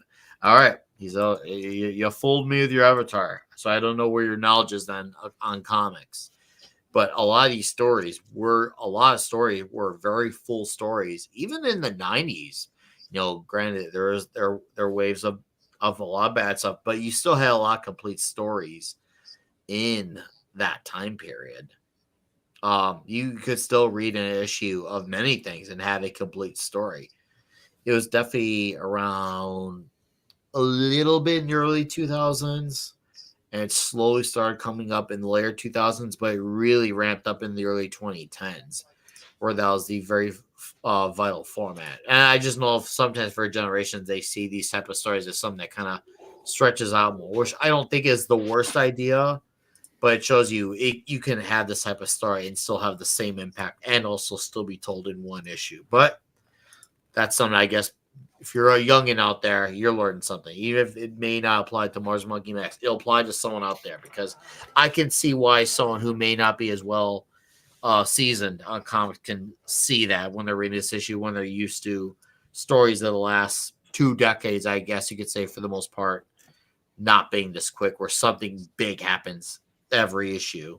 So yeah, and I did roughly Marvel did the multi-issue stories a lot in the 60s. I mean, that they really started doing that. DC hardly ever had continued stories in the 60s. I mean, near the end, they finally started having some, but Marvel was the one that was doing multi-issue stories. And that was unusual for the time. That was the regular thing, was to have single issue stories. In fact, very late in the 60s, Marvel actually went to a period, which I think we'll get to near the end of this run, where they editorially they had been told they need to do single issue stories, and they had a period where most stories in their books were single issue stories, and that lasted for like a good 6 to 8 months, just because they thought it's might be too hard for people to get into these. We need to do more single issue stories. But it was, it was unusual to do more than, even 2 issue stories. 3 and 4 issue stories were unusual. And actually, when the books that we're going to be doing, there's in essence a 10 issue storyline. It kind of doesn't totally read that way, but there's an underlying storyline that one of those things in this. Yes, in the books that we're going to be covering in this run here, there's a big long storyline, but it's kind of broken up as far as reading it, so it doesn't seem that way, but it really is. But that was I think extremely it's cool when they unusual do it back like then. that. I always thought that was really cool and clever when they did it like that. All right, so. And Read by Nature's question, he was asked if this is the commie skull. Yes, it is. This is the commie Red Skull. He worked for the Soviet Union at the time, and then he just went off on his own at this point in time. I mean, he's in Algeria. He's left the Soviet Union's influence, but he is the commie skull. All right, there's your answer. Yeah. For me, this issue did not end abruptly. I felt like I got a nice, well-rounded, complete tale, story-wise out of it. But hey, I guess that's just my opinion. But do you got anything else you want to add, D-Bud, before you transition? No, I think that's it's not necessarily end abruptly. It's just the thing that gets me is how does he get back home? Because Reed just dropped him off there. Oh, that's fair. Yeah, that's absolutely very fair. I mean, we still don't know how James Bond got off that tower in A View to a Kill. We never saw him actually get picked up and brought so he can have love one last time in A View to a Kill as well. Remember at the bridge? Yeah. He was stuck at the bridge. We never saw him got it's one of those things where I guess you could say you can just kind of put two together and assume, but still it's just like, bro, you could have at least shown us or told us. Let's be honest, he sneaked into a plane. That's how he gets home. He sneaks into a plane. There's ways down from the towers there. Oh, there's ways up, there's ways down. I now have my second Rumble member from Deeple 101. Deeple, thank you, sir. Let's get you a video for I gotta do it. I'm gonna get an exclusive video going for Rumblers because why not? Well, because you're doing a Rumble membership.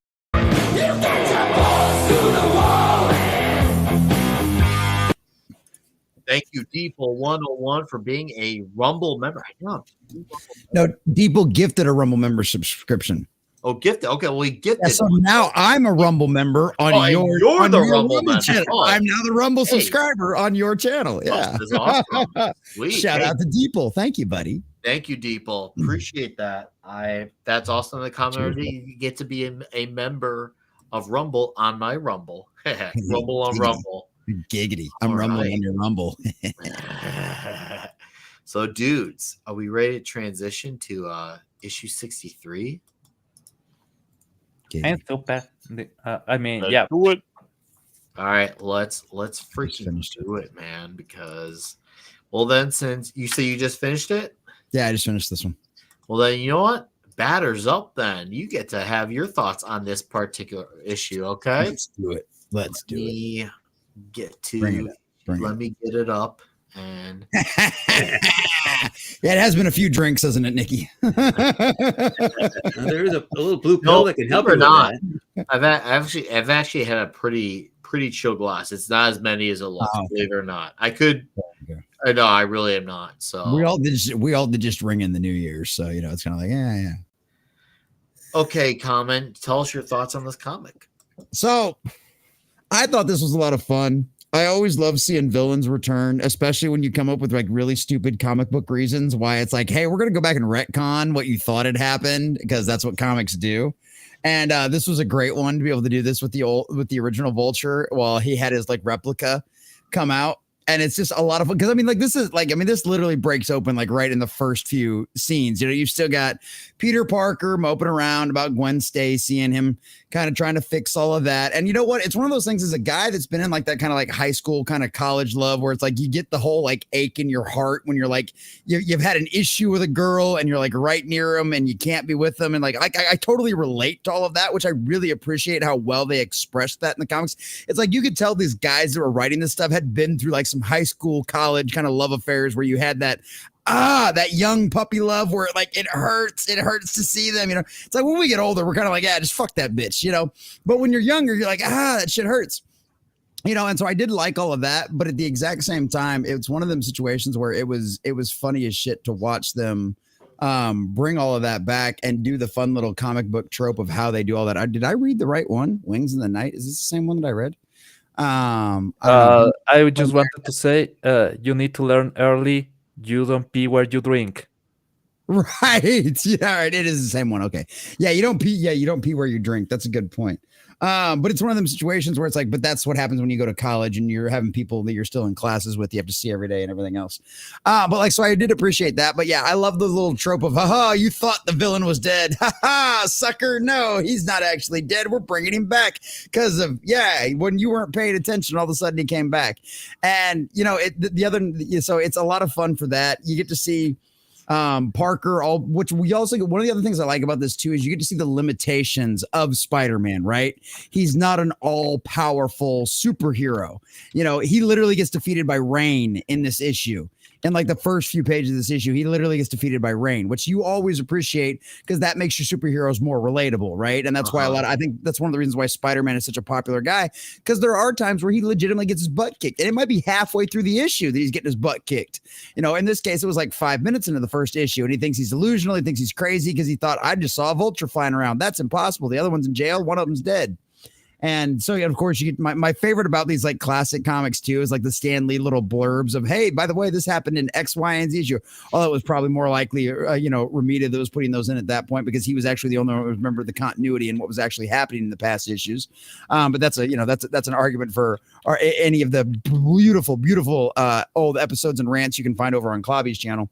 But it's one of those things where it's like that's a lot of fun. I like seeing this because this is where one of the classic comic tropes come from of nobody's ever really dead, right? Because everybody thought the villain was dead and they're like, just kidding, no, he's not. And so I love that. I really enjoyed it. And then of course you get a really nice little cliffhanger. This is a 2-part issue. This is another one of those where the story carries on. I mean, you literally leave on a really nice little cliffhanger. The artwork's glorious. Everybody looks fabulous. I think it was right. It was right at the beginning of this one, or was it the end of the last one before the annual, where MJ shows up and she's like, "Damn, Petey, you really stuck on her." It's like, look at this bombshell redhead. Like she's like MJ's like all trying to get up on his nuts, and he's just like they've got this like shadow image of Spider-Man being all sad with Peter walking down the alleyway, and it's like, damn, he's really tore up on Gwen Stacy, and it's like, I mean, hey. I get it. It's like any of us that have ever been in a situation like that. Yeah, I get it. You're still caught up on chick, even though you've got, perfect little redhead sitting right here waiting for you. You know what I mean? But yeah, so all around, I enjoyed it. Like it gives me some of my favorite comic book tropes that have just become natural, things that have reoccurred for, decades upon decades now.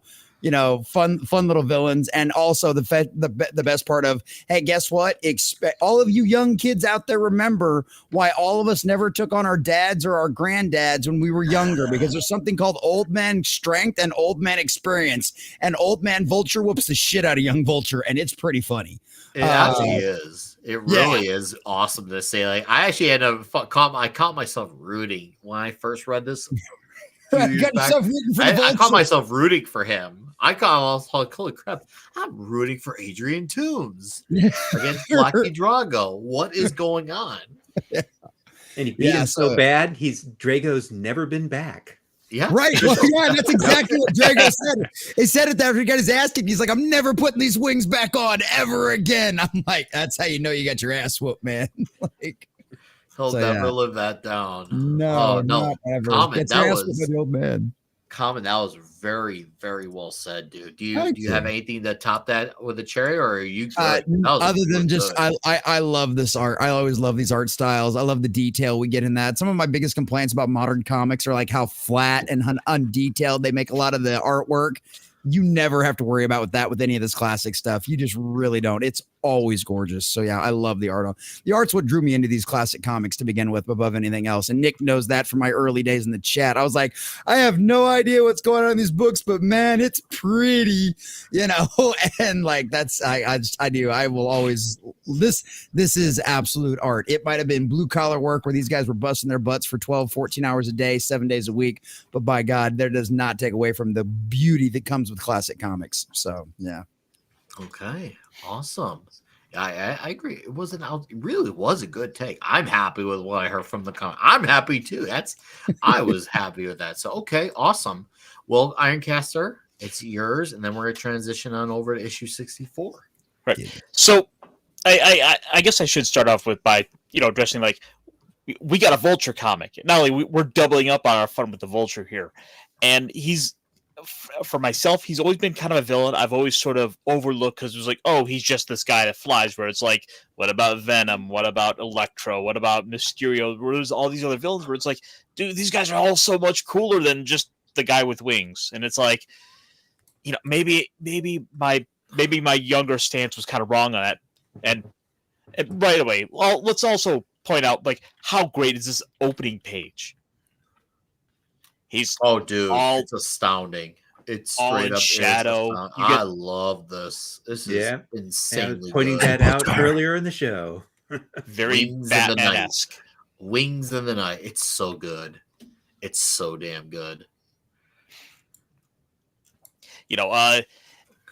And the little things that really jumped out I liked in it was seeing, Blackie Drago was trying to go and fight with Adrian Toomes, but because he's this little kind of frail old man, otherwise he's a lot more nimble.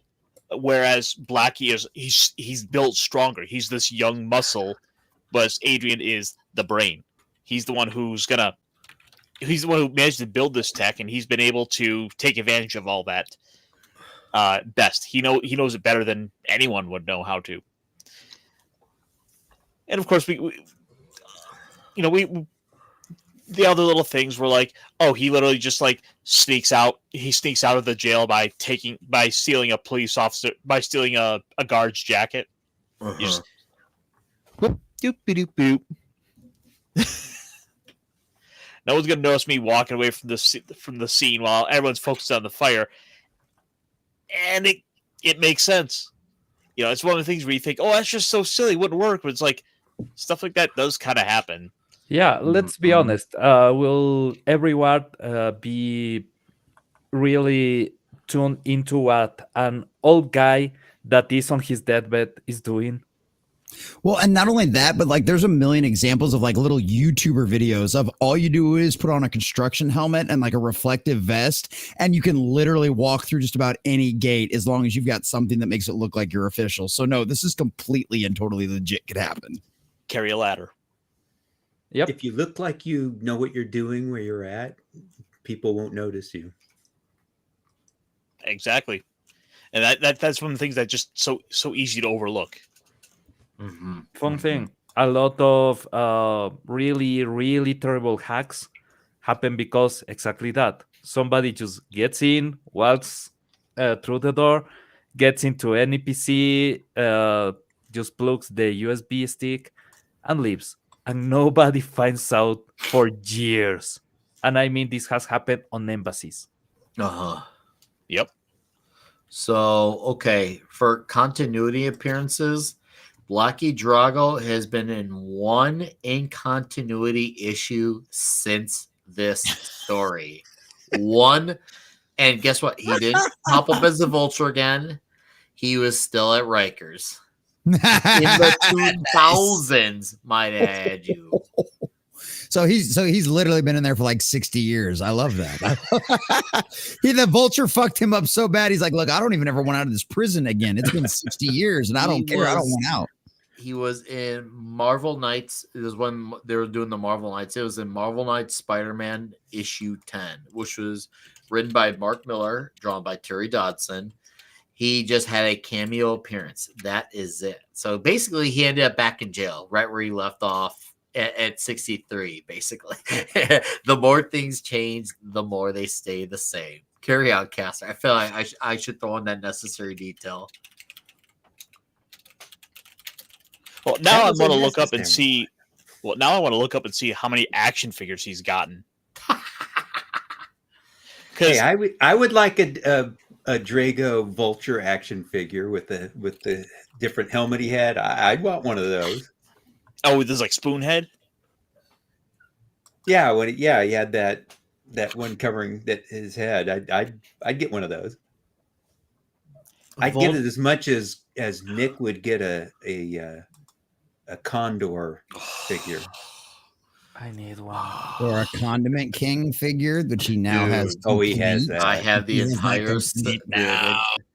I was looking at I think it was like, was it Wednesday? I was just admiring. I'm like, I have this. This is so cool that I have this. Like, this feels like this is just as cool as owning a Hot Toy or a Mezco. It really is for me. Having Condiment King is that cool. Okay, so I did a little quick Google foo. There was a Vulture figure that came with a swappable head. Ooh. Nice. Dude. If you got an image to dig in really quick, let's see. I was gonna say, if I figured if there was going to be anything, there was definitely going to be one with a swappable head. Night animation overload. Take care. Thank you for being here. Appreciate it. Like,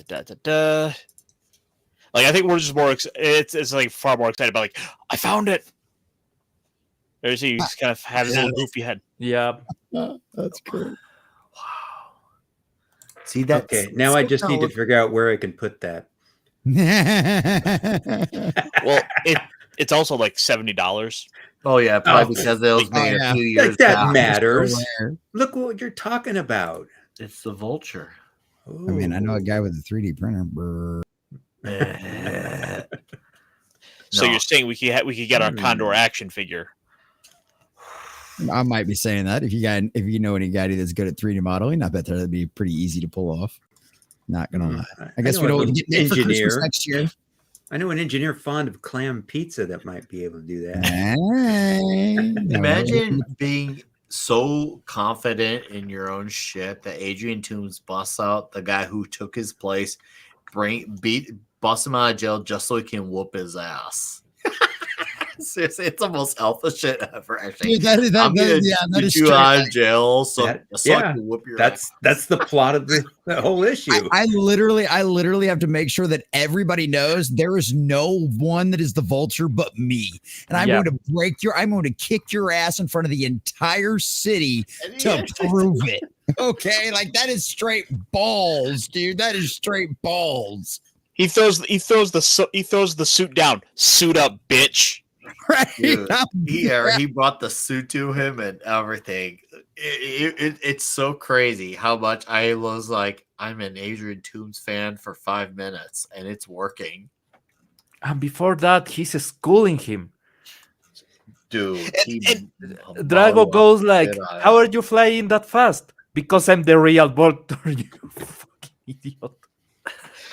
And on top of all that, like, you know, Adrian Toomes was like on his deathbed in prison, and it was just out of pure spite and hatred for Drago that he beats it.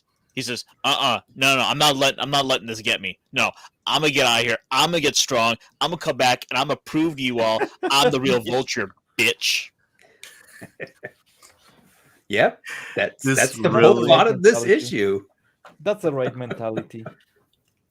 Yeah, this is it really is incredible, these two issues. And it's great because the main story is entertaining and the subplots are still great. It really is the best of both worlds in these two issues. It's Vulture versus Vulture, and then the Vulture versus Spider-Man right after. Like the funny part is the fight, they would have just fought regardless. Spider-Man didn't even have to show up, and yet he did. Oh, and meanwhile, J. Jonah Jameson is here, like, Parker, where's my pictures? Yeah. That's hilarious. JJ. And I always love JJ's meltdowns. And when Peter disappears at the end of this to be the hero that he always is, like watching JJ just melt down is just always glorious. I just love watching JJ melt down, man. You made me drop my cigar. That's coming out of your paycheck. Oh, man. I love it.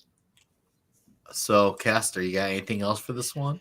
I mean, the big thing is it's one part of a two-part story.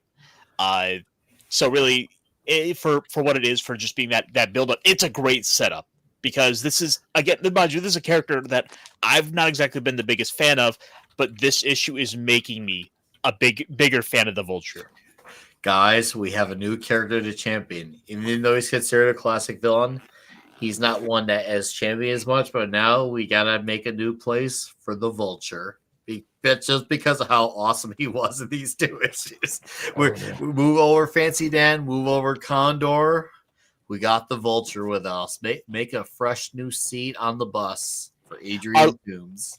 Our League of Loser Villains all go to like get out there and be the biggest losers they can be, and then Vulture just shows up and kicks their ass. He really, it's not lost on me that he actually would kick that all would be asses. fucking epic. That would be hella. Sphinx just shows up to try to do some mysterious thing, and Vulture just gives him a flying kick.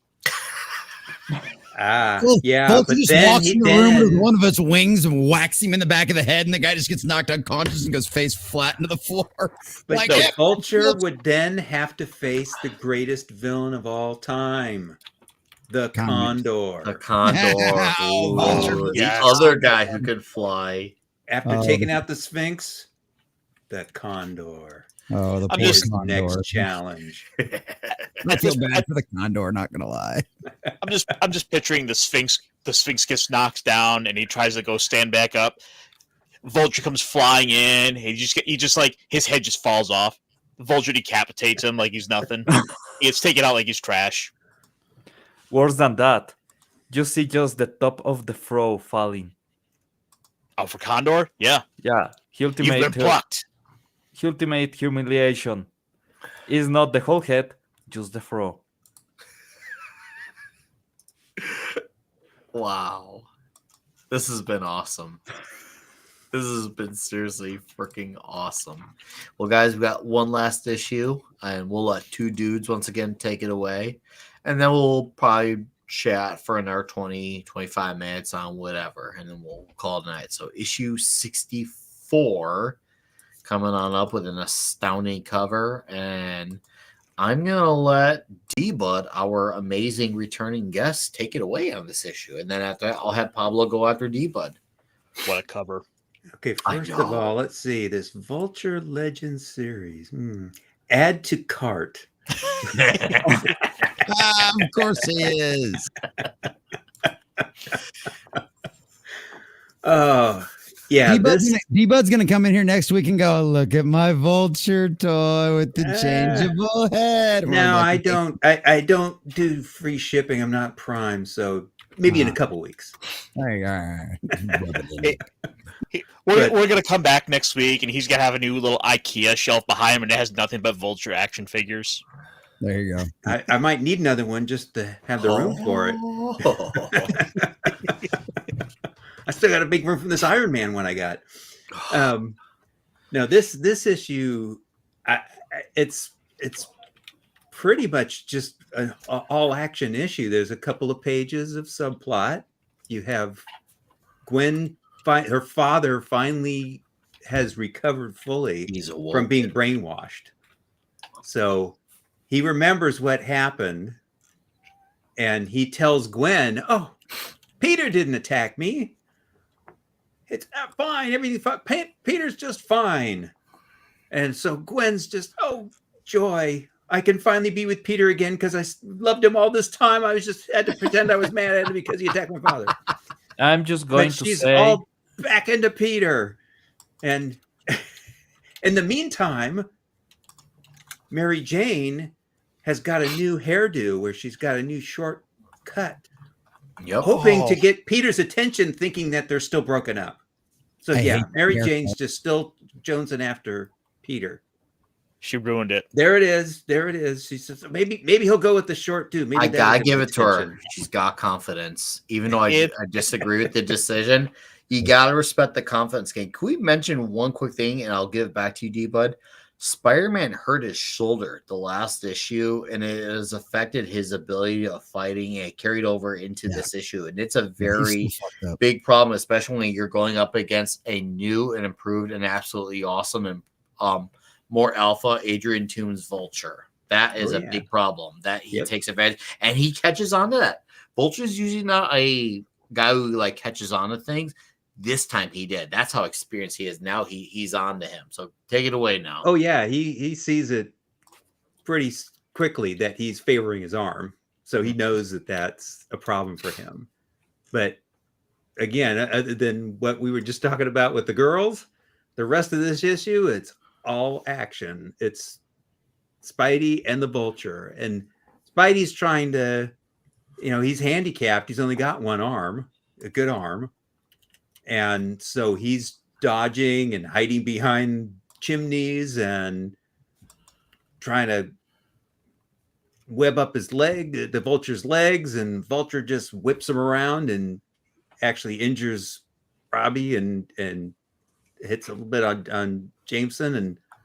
And but as all that's happening, the artwork on it, you have really big panels on this, and it's like almost every other picture is from a different angle. You get a high angle looking down, the Vulture's like looking down on Spider-Man, or you have another shot from below where Spidey's looking up at the Vulture. And I mean, the camera angle that they're doing with the art. And again, I think like Ramita was just doing the breakdowns on all this. So I think he was doing that, even though Don Heck did the pencils. Yeah, he did the finishes. He did the finished pencils. Yeah.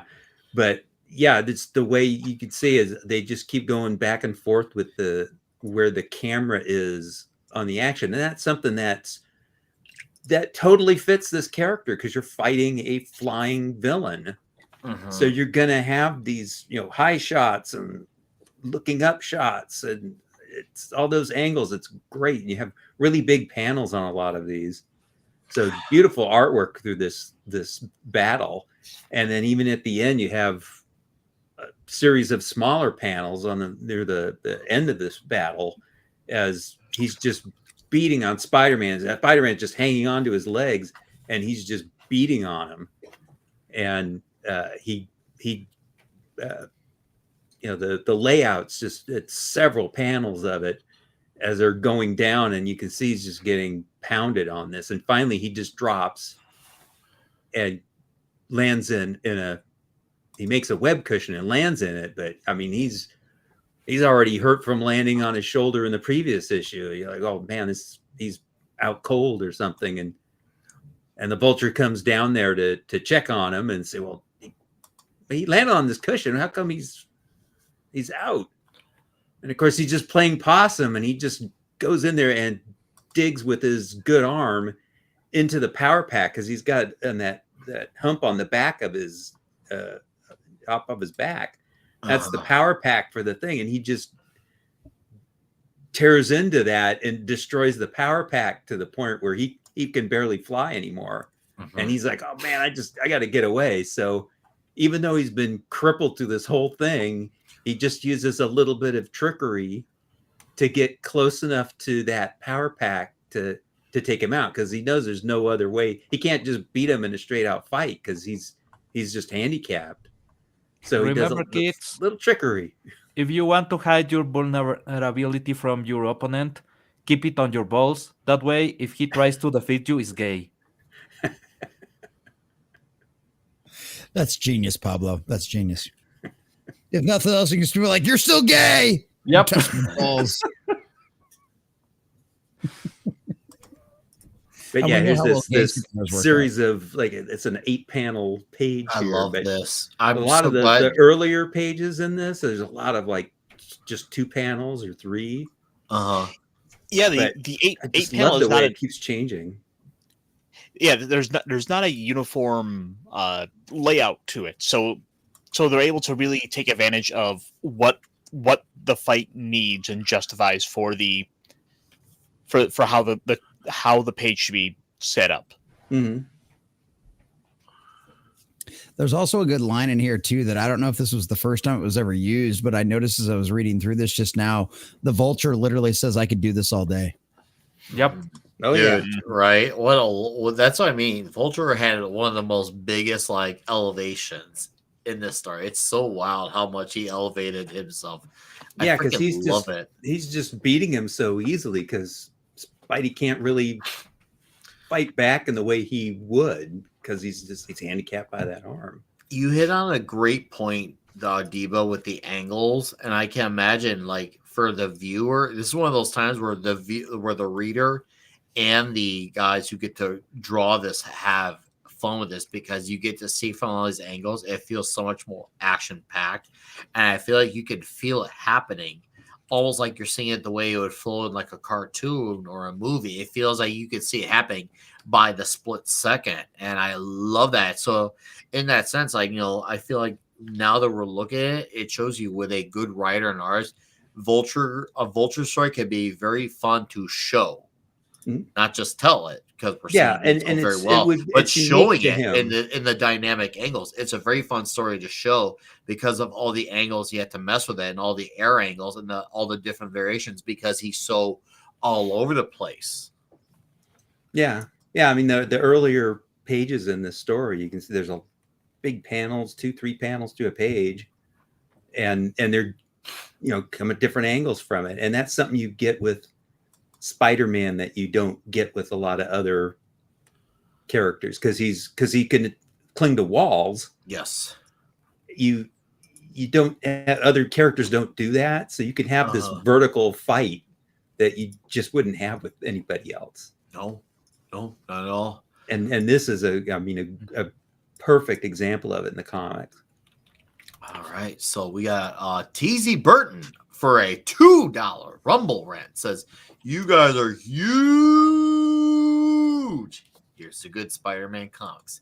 And TZ, since we had yet to do it 2 hours into the show, here's a huge cheers to you, sir. Huge. Bottoms up to TZ Burton. Cheers. Salud, brothers. Thank you, TZ. Appreciate it, man. All right. Well, D-Bud, it sounds like you've had your piece with this one. Do you got anything else you want to add, or are you good as gold? I'm good. I'm good as All gold, right.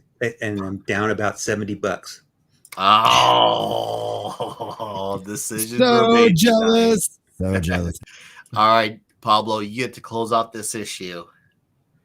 There's a couple of things that I love about this issue. One, the Vulture is a good, intelligent foe for Spidey, and that works out really well because it's not only that the Spider-Man is not hitting full force because obviously he's injured. Is that the Vulture negates a lot of the strength of Spidey's punches by just flying in the contrary direction. So he is literally using physics to defeat a guy that used physics for everything. And that's just great. That's the kind of thing that you love to see on a Spider-Man comic. Also, goddamn, I really hope when Stacy gives a really good head, because after what he pulled with Peter thinking that he is a monster, well, sorry is not gonna cut it. I will say that much. And the fact that Mary Jane is going on the hunt, she may result more effective than Craven in that hunt, if you know what I mean. Oh man. Is she hunting in the same way that John Campea hunted for Spider-Man? Yep. I hunted. Man, I don't like the new haircut. I will be honest. I don't like that kind of haircut, especially because on the first drawing where they show her face and the new cut, her eyes are kind of apart too much. So she looks kind of derpy, and yeah, that I found that one really. What did they do to my girl? I like her with long hair. I like her. You know, I'm an old-fashioned guy for Mary Jane. It's almost like Pablo's telling us he has class. I mean, it still looks better than whatever Marvel Studios have been doing to Mary Jane these days. Oh, absolutely. But all that said, though, I think Mary Jane just needs to calm down. Remember these words. It's a hard knock life. Well, yep. There's always a 60 issues difference between here and a funeral, you know. She can wait. Oh.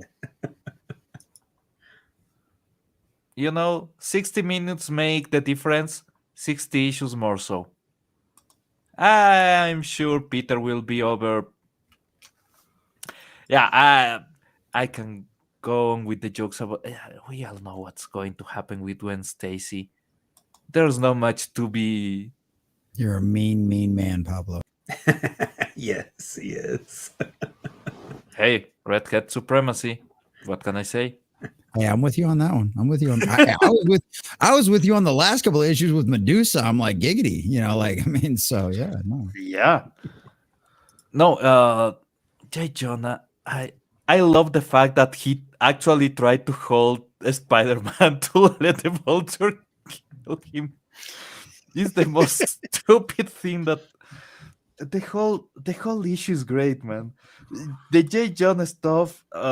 Last issue, he was worried about Peter not being there to get a picture of a kid falling down to his death. In this issue, he's straight up trying to help the villain. So you gotta admit, they had something against people on media. There's debate about MJ's hair in the chat. I love it. Muhammad said that Mary Jane's trying to copy Betty Brant. Ooh. Oh. And then and Mars I says, hate it's that haircut. intentional to show Spidey's interest. Oh man, I love this. I love seeing this angle. And Muhammad, to answer this really quickly before Paul continues, John Romita Sr. got the basic layouts of this started, and Don Heck finished it up. So let's just say, if you could call the human body, it starts out a skeleton, and then you add the flesh to it. Basically, Romita did the skeleton, and then Heck did the flesh to it. Does that sound like that's worded well, Dbud? Does that sound all right? Does that sound like that? Yeah, that and then Mike Esposito put the clothes on him.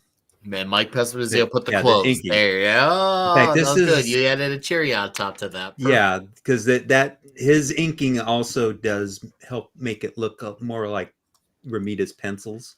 Because he was doing Romita earlier. So that helps Heck's artwork look more like Romita's. It worked. But freaking worked. Actually, we're going to see a new inker on this book in the next issues that we'll be doing. All right. Oh, I can't wait to talk about that next week. Yeah, from here on out, it'll be 4 issues. Tonight was a little longer on this, but it's been fun to talk about this. Pablo, go ahead and finish out. Well, the only sad part about this issue is that, again, we end up in a cliffhanger. Shit is not over. No. But it's a different type. It's not the cliffhanger you think you'd be getting from the beginning. It's not something that continues with the Vulture, but something involving Spider-Man. It's like, because remember, at this point, with 64 issues, an Amazing Fantasy issue, 5 annual issues, and whatever guest appearances he's made up to this point, only one character has seen him with behind the mask, and that character at this point in time does not remember that. So there's something funny about that. Deal. There's something funny about that, because he was looking for somebody to tell his identity, because he needs somebody to share the weight of being a Spider-Man. He finally got to that point. Now the whole New York may know. ... So yeah. I had to wait 7 years to find out because I didn't shit. see issue 65 on the shelf. Oh, that's gonna hurt. Oh man, yeah. These issues of Spidey have been great. The whole premise of bringing back the Vulture and making him look like a really scary villain is absolutely fantastic. So I love that. I just love that. Okay. Well, Pablo, thank you. Dbud, thank you. Of course, Common and Ironcaster. Thank you guys. I think we've sent a piece on the Amazing Spider-Man, issue 61 through 64 and annual number 5. These have been seriously red hot issues. Seriously, absolutely insanely red hot. And TZ Burton gifted 1, maybe 2 Rumble memberships. And I guess on Rumble they call them subscriptions. But I had 2 of them. So TZ, you get to get a clip. Let's see. You know what? For you, what do we? I got a couple of the Rumble official clip. But for now, we will roll with. Well, we had accept earlier, but we'll do for you, sir. Where do you get that little beauty? That's Punisher's 18-4. Which Punisher? There's been like 5 of them. There's only been one Blade. There's only ever going to be one Blade.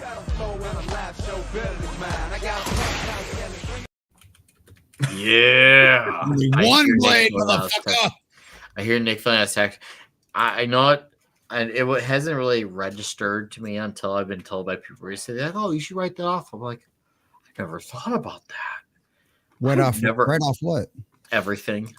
That actually does go to the channel because it's one of those things where it's just something that doesn't cross my mind, and it's one of those things where I should, because I have a whole chat and panel go back and verify on my behalf that I do legitimately do almost everything I do for the expense of business. Yes, it's fun, but it is business.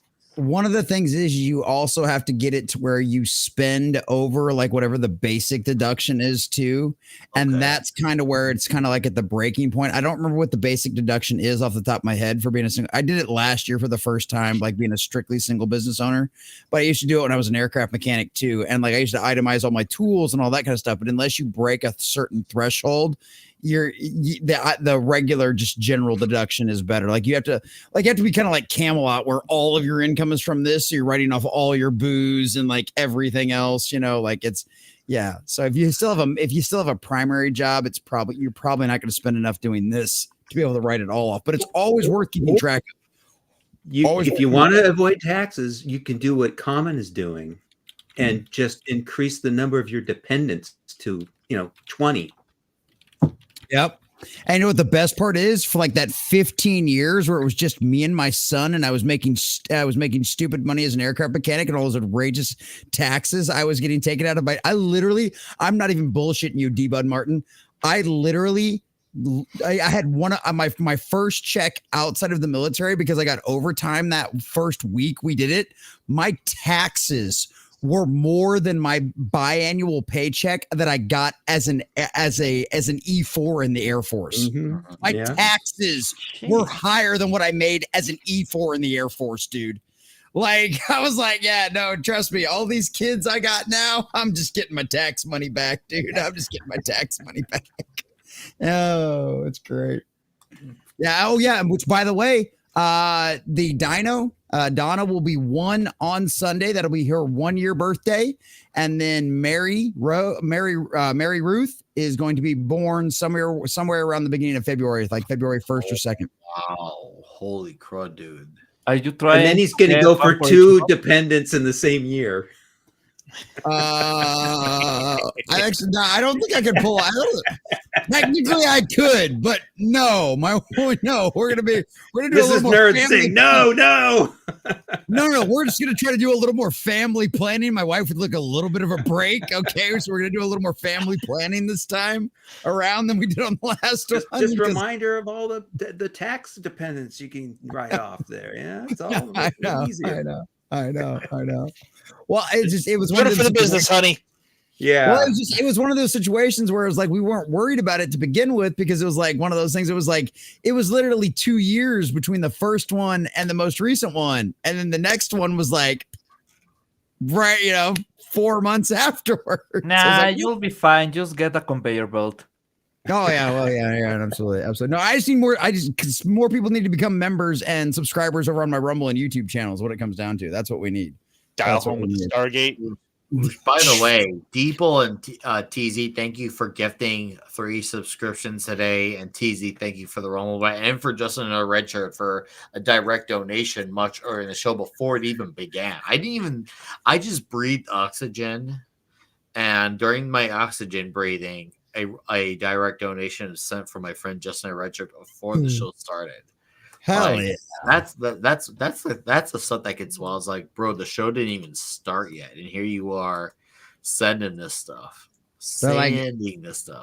Yeah, they're like, I just appreciate what I already know you're going to do tonight, and maybe I can't watch you live, but you know what? I can watch it later. And even if I don't get a chance to watch it later, I love the fact that you still do it. And those are like some of the most appreciated stuff out there. It's like, I just love the fact that you're doing this. You're giving a voice to the people. You're reminding us of the good stuff that's still out there.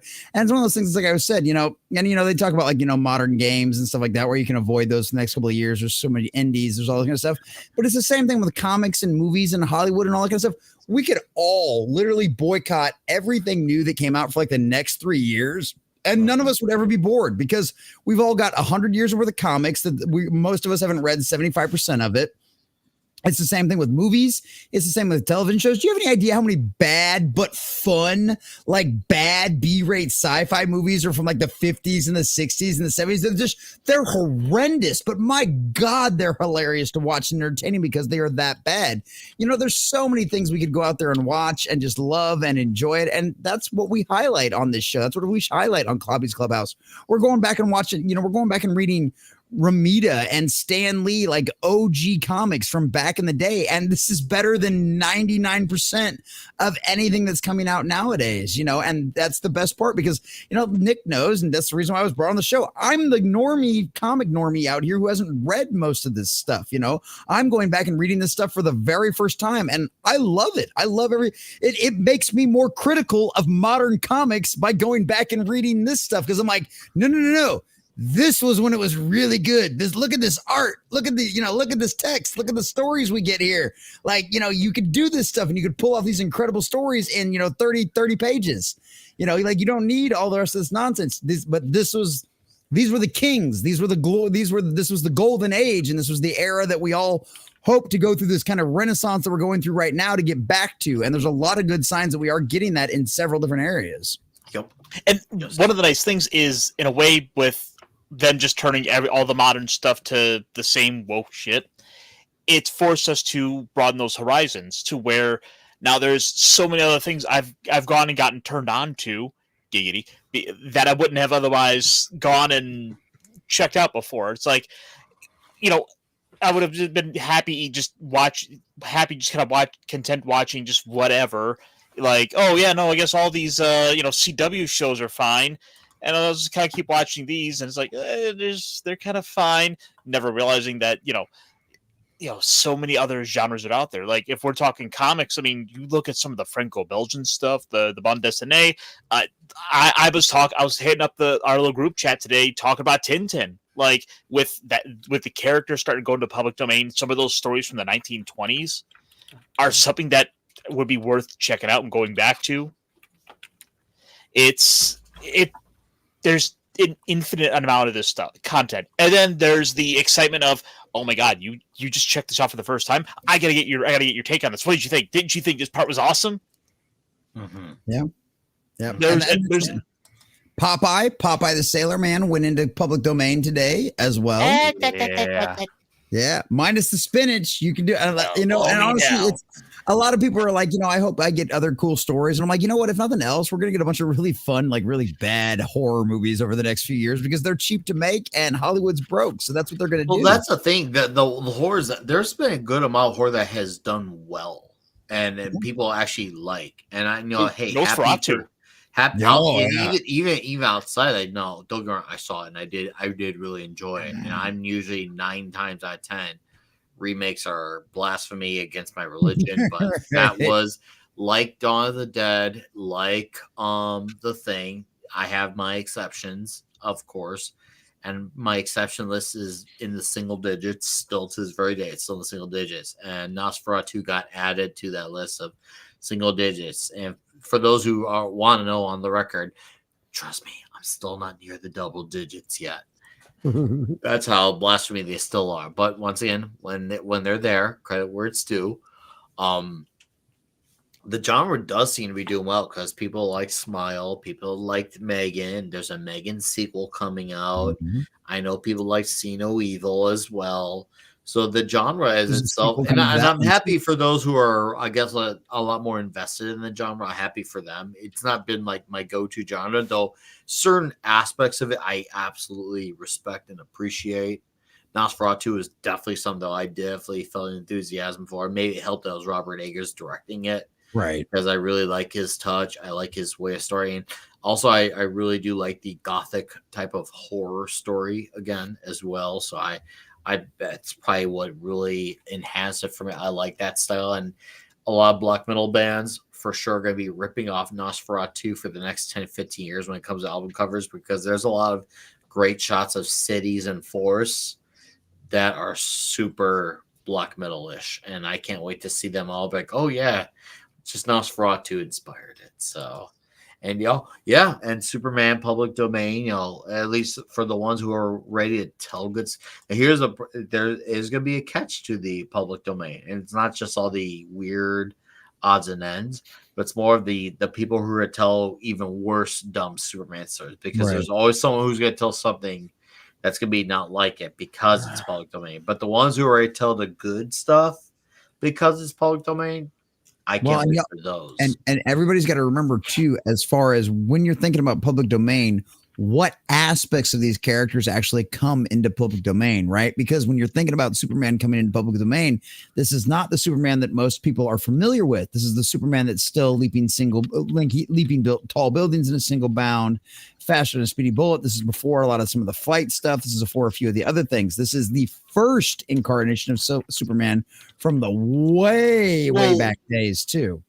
Well, yeah, but there is also the Fleischer Superman cartoon. Well, actually, that did have he didn't fly. I think he did fly in some of the later ones. Not until the later ones. In the early ones, it was still leap tall buildings in a single bound, because that's what so many of us remember from the original intro. That's right. But I mean, the funny thing is, like, James Gunn better get his act together and get his Batman movie off the ground before Batman goes public domain. And at the rate he's going, I don't think we're getting a Batman movie till it is. Well, it's one of those things with that is it's like it's still, once again, it's still the early years of Batman, and there are definitely a lot of the early. I mean, if you read Batman, if you get one of the old school omnibuses that give you like the first ones, I mean, it's still Batman, pretty much the Batman that you kind of know to a certain degree from the very beginning, because you don't have to worry about like superpowers developing. He's a genius, You've got all your fun little bat gadgets and everything else, but we'll see how that one goes. Because Batman's a couple of years after Superman, or at least a year after Superman, I think. Dude, no pressure. We're about 9 years out. No pressure, but if James Gunn doesn't nail the Superman movie, he's basically fucking up the whole studio and the whole genre. Oh, well, dude, the whole genre on his lap with Superman. Yeah, and that's one of those things where the Superman. Here's the other thing about this too is, and it's because of the normies and stuff like this, is the Superman movie doesn't have to be great, but if it gives you a hopeful Superman throughout the majority of it, and not like some dark kind of twisted take that we kind of did with a little bit of, I wouldn't say dark twisted take. That's what we got with Snyder, but the I get what you're getting at. Go on. Yeah, you get what I'm saying. If you give us just an honest, straight, he's just a straight hero throughout. He's always doing the right thing. He will get his face smashed in to make sure he doesn't have to kill anybody, to make sure he saves everybody, all that kind of stuff. Honestly, I think there's so much. As long as there's nothing woke about the movie and Superman is just Superman throughout it, no matter what the situation is, I think that movie's going to end up doing really well. Do I think it'll make $1 billion? Unless it's good, it's not going to make $1 billion. Do I think it can make 800 million globally? I think there's a good possibility for that.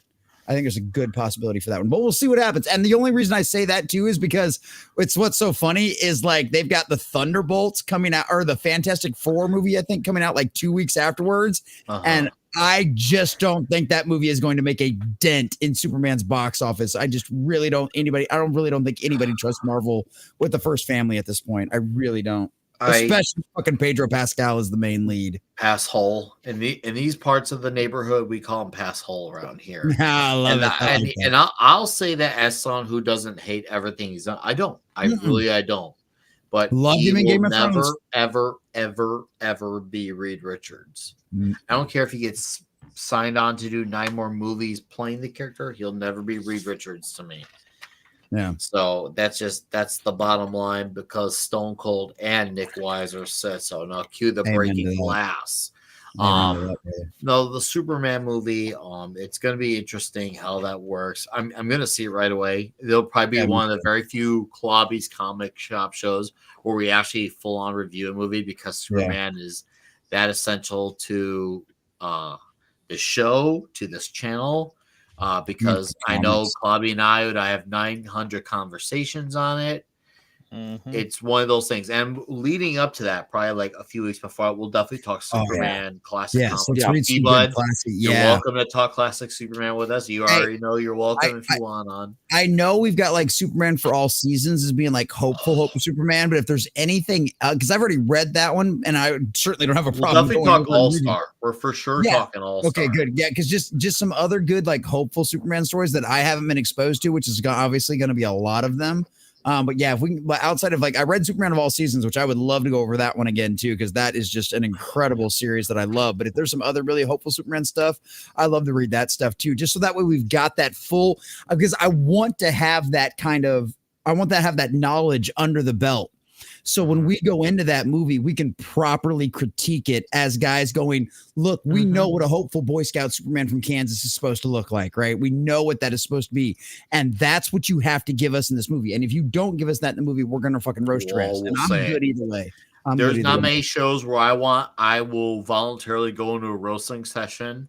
Oh, yeah. But if this movie ends up being that, you guys are going to get a rare form from me for that movie. You're a very rare form because I guess you could say it's rare form for me on my channel. Usually I kind of say this type of side of me for Midnight's Edge, After Dark, Comics Division Thursday Throwdown, but that'll be one of the rare ones. Once again, assuming that ends up being that way, it'll be safe for this show. But I would preferably rather much enjoy it. Yes, it probably, as they like to say, it would probably give me all the super chats if I hate. You mean you're not going to get this excited for the Thunderbolts? Last week I had a discussion with a person that I know because he was like, the trailer looks awesome, everything looks awesome, and this is the kind of guy that we were talking about the Game Awards, and he was like, all the trailers were awesome, and I was like, every single trailer was. I have seen some normies actually show enthusiasm for. I will say that. I have seen normies show enthusiasm for it. So that is a good thing in a way. I got in a discussion because I was like, well, if you like Superman, what do you like about Superman? And there was no answer. And that's what's worrying me, that a lot of these people that are enthusiastic about the movie don't really understand Superman or know Superman or have ever read or watch a movie, or because there's a lot of material where you can be a fan of, even if you say that you are a fan of Superman because of the Nintendo 64 game, I will still go like, okay, you have a bit of knowledge about the character, but a lot of the people that are reacting positively is not because they like Superman, is because they like to be hyped for whatever happens next. Yeah. There is some people who are like that. Here's where I'm going to throw in my caveat wrench to that. And this is going to go to my buddy George the Giant Slayer. George did a very late reaction video to that trailer, and he actually showed enthusiasm for that trailer. And George admittedly is not as well versed in Superman lore, DC lore as much as me, let alone D-Bud, especially Clobby. But we can at least know enough where we can talk about confidently. George is not a normie in general, but in terms of fandom lore, he's not a norm. But compared to Superman, you could arguably more so. But he's also not the guy to hype things up just to hype things up. Yes. Either. So I could say there is genuine enthusiasm, and that could end up being a good sign if the movie ends up being good. Because I get your point, because yes, I have seen those people too. I've definitely seen them, admittedly, who are hyped just because it simply exists. But I have also seen the other side of the hype where it does feel like people are going to us saying, you know what, I've seen so much darkness in the world. This could be the beginning of a shining light for them. That's just something that could lead to something more bright and hopeful. And I really hope that this Superman leads us towards that trend that makes it not just a trend, but here to stay. Because I want an era where heroes shining in. There's a reason why later this year I'm going to be debuting my first shirt that's going to say the words, "Make heroism great again." And yes, that's going to be my first shirt later this year, probably late spring. Keep your eyes and ears open for that shirt. If you're a Dolph Lundgren member, you'll probably get that for free. Dolph Lundgren members, keep that in mind. Other than everyone else pays full price, but it's going to be a great shirt. Never pay full price for light pizza. For a Superman movie to be great, and for that shirt to time off would really be a solid icing on the cake. I think all my Dolph Lundgren members would agree. I got 10 Dolph Lundgren members. They're huge. And then all 10 huge members would agree. One of them is on the site. He's a Dolph Lundgren member. Yep. And I just dropped the member. I become a member chat in the chat too. And it's one of those things too. It's like I honestly think I think there's good reason, and I can understand. Probably I haven't watched George's review. I need to go back and watch it and check it out. Now that I've done my own review and all that kind of stuff on it, I need to go back and watch George's review because I hate to always watch other people's reviews before I watch. Oh, you see a lot of influencers. Yeah, no, that's a good way of doing it. Yeah, I always try to that's why I'll avoid other people's videos on certain topics if I know I'm going to cover it too because I don't want their opinions to influence my own. And but it's one of those things where it's like I know we talked about this like when the trailer came out, but I just wanted to bring this up again.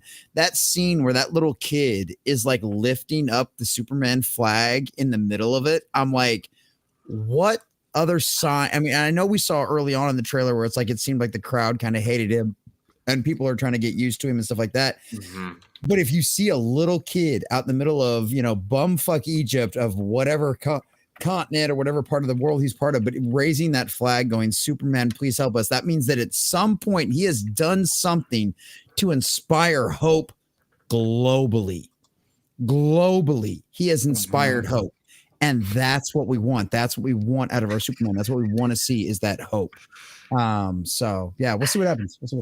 Vulcan's gonna get a free Make Heroism Great Again shirt, and that's true. Vulcan, you're gonna get a freebie too for my Dolph Lundgren. That there's no questions there. That's when you get it. I'm at the final details of the font, and then I think right around my tax return, that's when I'm gonna be boom. Like getting those shirts made, and because I just spent my clothes budget on a Vulture figure, so that's fine. That will help me out. I got you, bro. Look, you've got a washer and dryer. You'll be fine. I mean, the only place you're ever seen in public is with us anyway, so it's not like we're worried about what you look like. Oh, that's true. Yeah, pretty much. Almost. Just, well, no. Just make sure you don't pull the Asmongold and actually wash your clothes. Once in a while, at least. I did want to stop and kind of also point to one movie I cannot stop recommending enough, and it's been out for about a year or two. It's a movie I won't shut the fuck up about. It's I think currently over on Amazon Prime. It came out in about 20. It came out last year. Mm-hmm. Shin Kamen Rider. This is one of the best. There he goes. Dude, I cannot recommend it enough. I love it so much. I just picked up Kamen Rider V3 on Blu-ray. And I just started watching those. I've been watching I wish they'd put it out on Blu-ray, the original series, but they're showing it on YouTube, of course, on the Shout channel. So I've been watching a lot of that, but I got the V3 ones. I just started watching those. So I thought you'd like that. And that's something else. I mean, we were talking about looking for things to see, and there's a lot of foreign cinema and media. Yep. Of course, friend Brian, that 70s rock fan, he's always watching Korean movies. He's on it. I love it. Yeah, I've been watching a lot of Japanese TV, some manga. I just got this in last week, which is the Viz reprints of Fist of the North Star. This is the latest volume they just put out. Mm-hmm. I think there's only about 3 more to do on these, but I mean, this is stuff that if the American companies don't want to make good media, well, Japanese, Korean, there's lots of other stuff out there. Mm-hmm. Yeah, I mean, I've been consuming a lot of Japanese media lately, and I'm not disappointed in any of it so far. So good. That's how it should be. Don't wait for them to change. Be the change. Well, with that, you've also got things like also on YouTube, you've got all the Ultraman. There's so many other of superhero alternatives that are just blowing smoke around what should be the gold standard of heroes. And the unfortunate thing is, like, they grew fat on the hog. They've assumed that they have the monopoly on it all, and well, now they've forced people to start look around and saying, well, wait a minute, there's other things out here. Yeah, and like these Japanese heroes like Ultraman and Shin Kamen Rider, they're heroes. I mean, they act heroic. They're very self-sacrificing in what they do. and That's they're why I'm not. enjoying Flash There's Gordon. no dark and gritty as far as the character themselves. There might be some situations that they're dealing with very dark things, but they themselves are not. They're fine. Very positive, heroic characters, and that's what I want. I want my characters heroes like this guy, not moping out of just being. I mean, Peter Parker has reasons to mope. Not just, I'm a poor superhero. I'm like, I could go spend $70 on like all sorts of Vulture action figures, or I get like some cooler looking like what should be a Marvel Spider-Man on my shelf, but isn't. That's fucking awesome. Honestly, it was one of the first designs I saw when I started watching Kamen Rider. I'm like, Kamen Rider, yeah. I need that. That is like going on my shelf. I will immediately watch this show. Dudes, it's been fucking awesome. Iron Man. Oh, that's a glorious Iron Man. Yeah, I know you saw this one, Caster. You were showing this earlier. I know I missed it. Yeah, that's the Secret Wars one that they just put out, these reissues, but I have the original one as well from the 80s. All right, dudes. Unfortunately, it's gonna be the part where we gotta call it a night and wrap things up. It's been fucking awesome tonight to talk classic Spider-Man and then simply just shoot the shit afterwards. I hate saying that because we have a great amount of people here watching us, 20 of us watching, which, by the way, thank you once again, Red Shirt, for the direct donation, TZ for the Rumble rant, and to you and Deeple for the gifted memberships, and to everyone on YouTube as well hanging out with us. Seriously, I love that we have a crowd still here 2.5 hours in, and I love when I say it. It lets you know you guys are still invested. You're not bored. You're actually happy to be here, just chilling out, enjoying your time with us on a Friday night where you have many options. I know Ripa's streaming, and Razor Fist is streaming, and they got guys like Stone Loki streaming. Like, I get it. When you got a place to go, I don't really ever hold it against people. I was like, I get it. I don't hold it against people. So the fact that you chose your time with us, I thank you for that, because you have other places to be, and we're not exactly a mainly trendier type of show, but you chose us, and that counts for fucking something. And in my opinion, it counts for a lot. So with that all said, on my channel, before I let these other gentlemen take right after me, Toxic Tuesday resumes next week. Denzel Washington for the next 3 weeks, starting with Training Day. I can't wait, because I've grown up with this movie. I've grown up with Denzel Washington. I can't wait to talk about it. Of course, Clobby's Comic Shop next week, talking Amazing Spider-Man 65 through 68. And I'll probably have a video up as well next week as well, because I've taken a few weeks off from that. Now I got time opening up again for videos. So videos as well. Midnight's Edge After Dark next week. Gonna be huge. And we did a member stream last week. No, 2 days ago. That was good. We're trying to get another one going, and I'm gonna make sure it happens again within the next month. So I've been doing better about my member streams lately. I'm gonna make sure that it keeps on going. So once again, guys, and yes, if you're a Rumble member, you count too. So let these gentlemen take it away, starting with Pablo. Hey, there's a video that is coming out. If it haven't come out yet today, it's coming out tomorrow. So keep that on your mind. It's just a quick video, but it's something interesting, at least for the things that we love. So yeah, it should be out. If not, it will be out tomorrow. Don't worry. Today, if you don't follow VTubers, we had a huge sad moment. One of the oldies and goodies just quit, Fauna. basically. Yeah, Fauna got her graduation, and that's really sad, because that changes the way that we understand the market and understand the quality of the market. It's going to be a rough day. We still have Face Connect. I have trust in them. Fuck the. Never turn your company public. Never turn your company Learning public. that the hard way, my guy. We're learning that the hard way.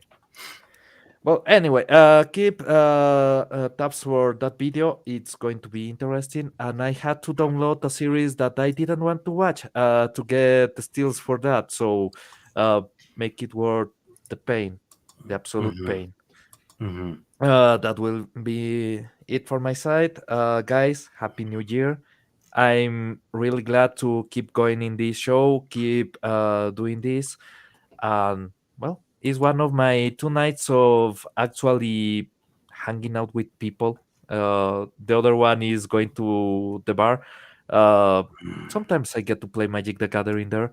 That's a really good thing. But yeah, brothers, it's always great being with you, and Happy New Year. So Happy you New can say, Year to you, Happy sir. New Year. Appreciate so you, say man. you're tapping out, Pablo? I don't know, but my beer is. What? You don't recognize a magic pun when you hear one? Yeah. Here's the thing. Got him. I'm making a deck for the cheap because I'm selling a lot of my cards. It's basically just every time I tap something, I play something, or I do something, everybody gets 1 point of damage. It's turning out to be a great experience for me. Pablo, appreciate hanging out with you, man. It's been Brothers. glorious from comic shop talk to Clobby's comic shop. It's been awesome. And I can't wait to talk more Spider-Man next week. There's also a bit of Transformers comes out next week, which will, so keep your eyes and ears open. Transformers, Geiger, Nemesis Reloaded Rogues Gallery finishes next week. So it's a big week next week as well. We didn't have time to talk about it tonight, but yeah, it's a big week next week. Saturday Morning Adventures TMNT. Seriously, like make sure you guys get your reads in for those as well, along with Classic Spiders. Once again, repeating ASM Volume 1, 65 through 68. Stanley, John Romita Sr., please read along with us. Mars Monkey Max did. Join the man. Pablo, have a magical weekend.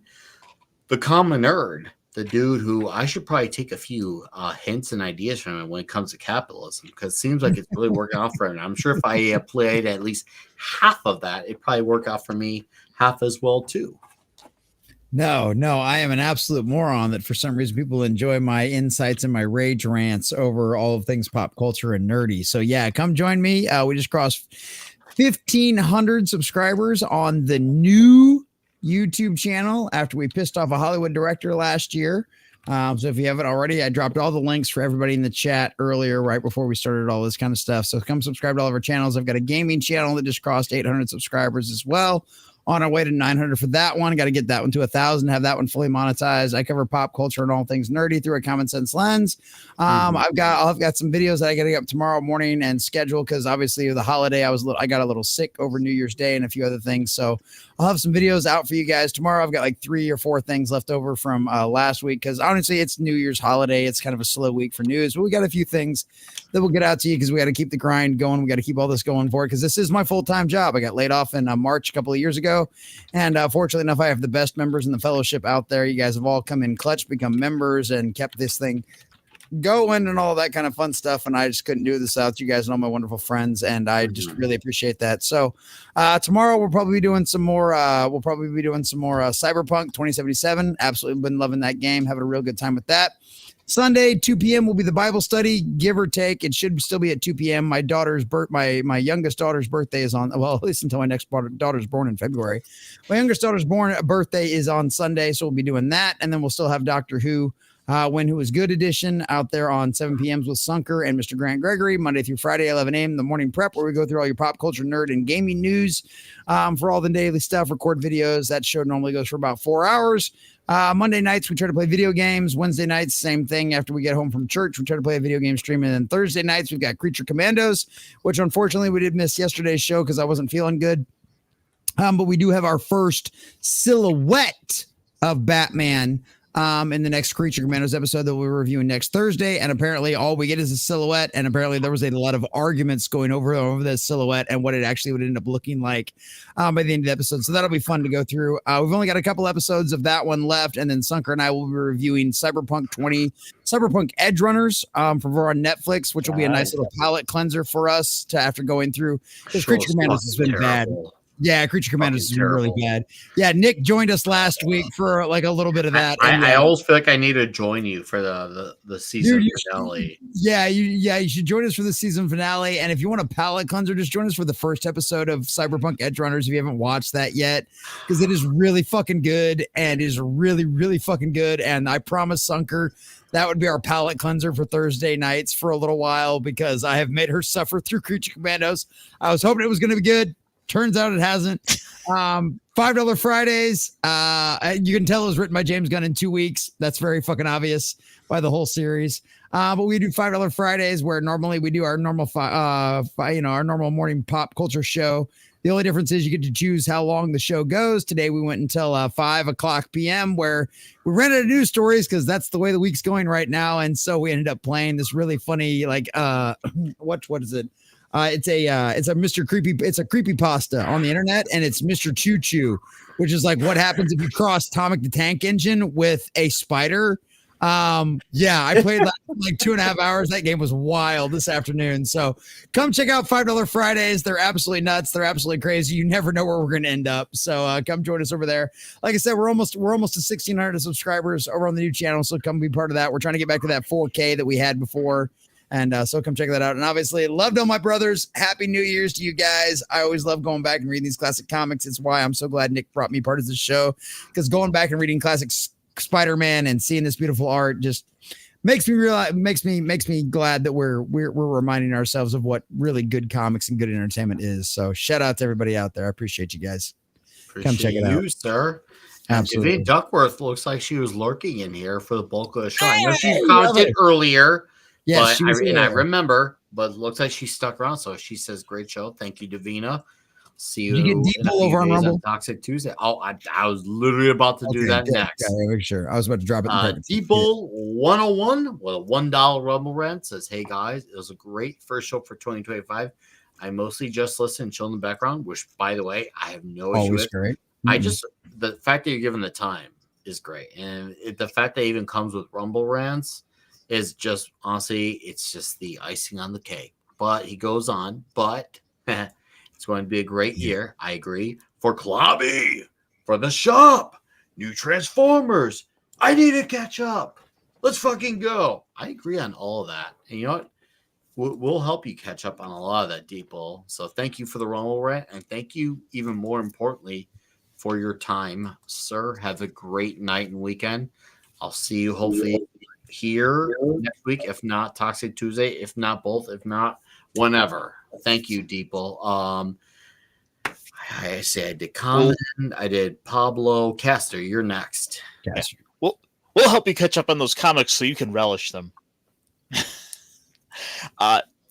Guys, you can find me over on my channel where Monday nights we do the Mech Pit chat, where we sit and talk about all sorts of positive pop culture stuff with a little slant and preference towards our big robots and mechs and just kind of the stuff I'm kind of particularly enjoying. In fact, if you go back and watch the stream from this past Monday, you'll see my nice little discussion and explanation about feedback, where you'll sorry, I lost my train of thought. If you go back and check out the Mech Pit chat from this past Monday, you'll find out where I had you'll find my little rant and explanation about why mecha anime is somehow one of the gayest and best genres out there, and why it always gets better when it's like two manly dudes getting down and getting into the cockpit. Hey, Gurren Lagann. And sorry. And then ironically information on that. And then ironically find out that if you have two women doing it, then it is somehow the worst thing ever, and it has to be two dudes. Oh, but stuff coming up. I'll be on Tuesday night with Pops, Stone Loki, and Squeaky Mouse for Talk Hard, where this week we are getting a little toxic masculinity up in here with Commando. Oh, what a movie. What a fucking flick. But guys, as always, this is one of the highlights of my week. It's a great way to it's a great way to get past all the work week stuff and get into the weekend with some good comics. So guys, as always, thanks for making my night so much fun. I can't wait to do this in the next week. I can't wait. It's gonna be fucking awesome next week. 2025 is gonna be great. And to our returning guest, D-Bud. I know you don't really have like a proper channel per se, but if you want to have any final thoughts, that would be great. Well, remember when you said that you were going to call on me last? You didn't lie. Now you'll see me wrenching around. I should be back. I wasn't around as much this last week or so because of the holidays and my paying job. But yeah, you'll see me on the Midnight's Edge family of channels and the WDW Pro channels. That 70s Rock fan should be back on Monday afternoon. He switched back to the Monday time slot for his show. And I won't be around for Valiant this weekend, but I'm sure he'll have a lot to say about what happened in New Orleans, being as he's a Louisiana guy. But hopefully you follow those folks and check out their shows. And I could say hi to you if you pop in there in the chat. But otherwise, just say, Happy New Year to everybody here in the audience, and thank you for joining us. And hope to see you the rest of this month on these Spider-Man comics. Yeah. And D-Bud is a great mod. D-Bud is a great mod on those channels. That guy works really, really hard. I've seen him mod those channels. He does a great job. And this is where D-Bud goes to be hardly working. Yeah, exactly. We keep him easy. We don't even make him a mod. We don't even make him a mod in the chat. We don't allow him to be a mod in this chat. No. This is his vacation hours. Yeah. This is like I'm not the other show I love is the H-cast that Mr. H does. Mr. H, yeah.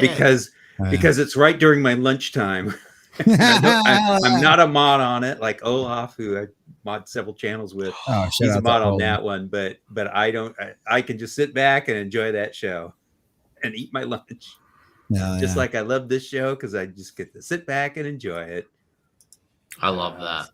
Yeah. Well, thank you, D-Bud. Thanks for being here. Can't wait to have you on for the rest of the month. It's be fun. It's be huge. You, sir, have a magical rest of your weekend. I'll see you in a few days as always. We'll be in touch as always. And to the chat, have a great night and rest of your weekend. And once again, to the chat, Deeple101 for another $1 Rumble Rant says, okay, so this is a dumb idea, but the game Among Us, I enjoy watching. You also do a gaming stream, pick a comic character. You can quote him. It's a stupid idea, but fun. I'm not opposed to that idea. The problem is I have a long ways to go to get back into gaming, and I mean a long ways to go. So it could happen down the line. We'll see. I'm not gonna say no to that, but it's definitely a ways out. I got first find the time and fuck that. It's just the time, so I can get the skill set back into gaming. When I can do that, then I can join these guys and having superhero quotes, because that would be really fun. I actually do agree on that. So it's one of those things where it's going to slowly devolve into someone's going to throw out a random Arnold quote, and then it just turns into just nothing but bad Arnold impersonations with like 7 people. No, I'll do Deadpool. I will do Deadpool the entire time. Yeah, but regardless, it's a fun idea. It's something we should. It wasn't me. We should do down the line. But all right, gents, this is the end. Goodbye. Good fight. Good night. Oh yeah. What you calling me, thigh? I called you a fucking guinea homo from the 15th fucking century, you dickhead. I can stick you in my ass, small fry. Yeah? You sure it ain't too sore from last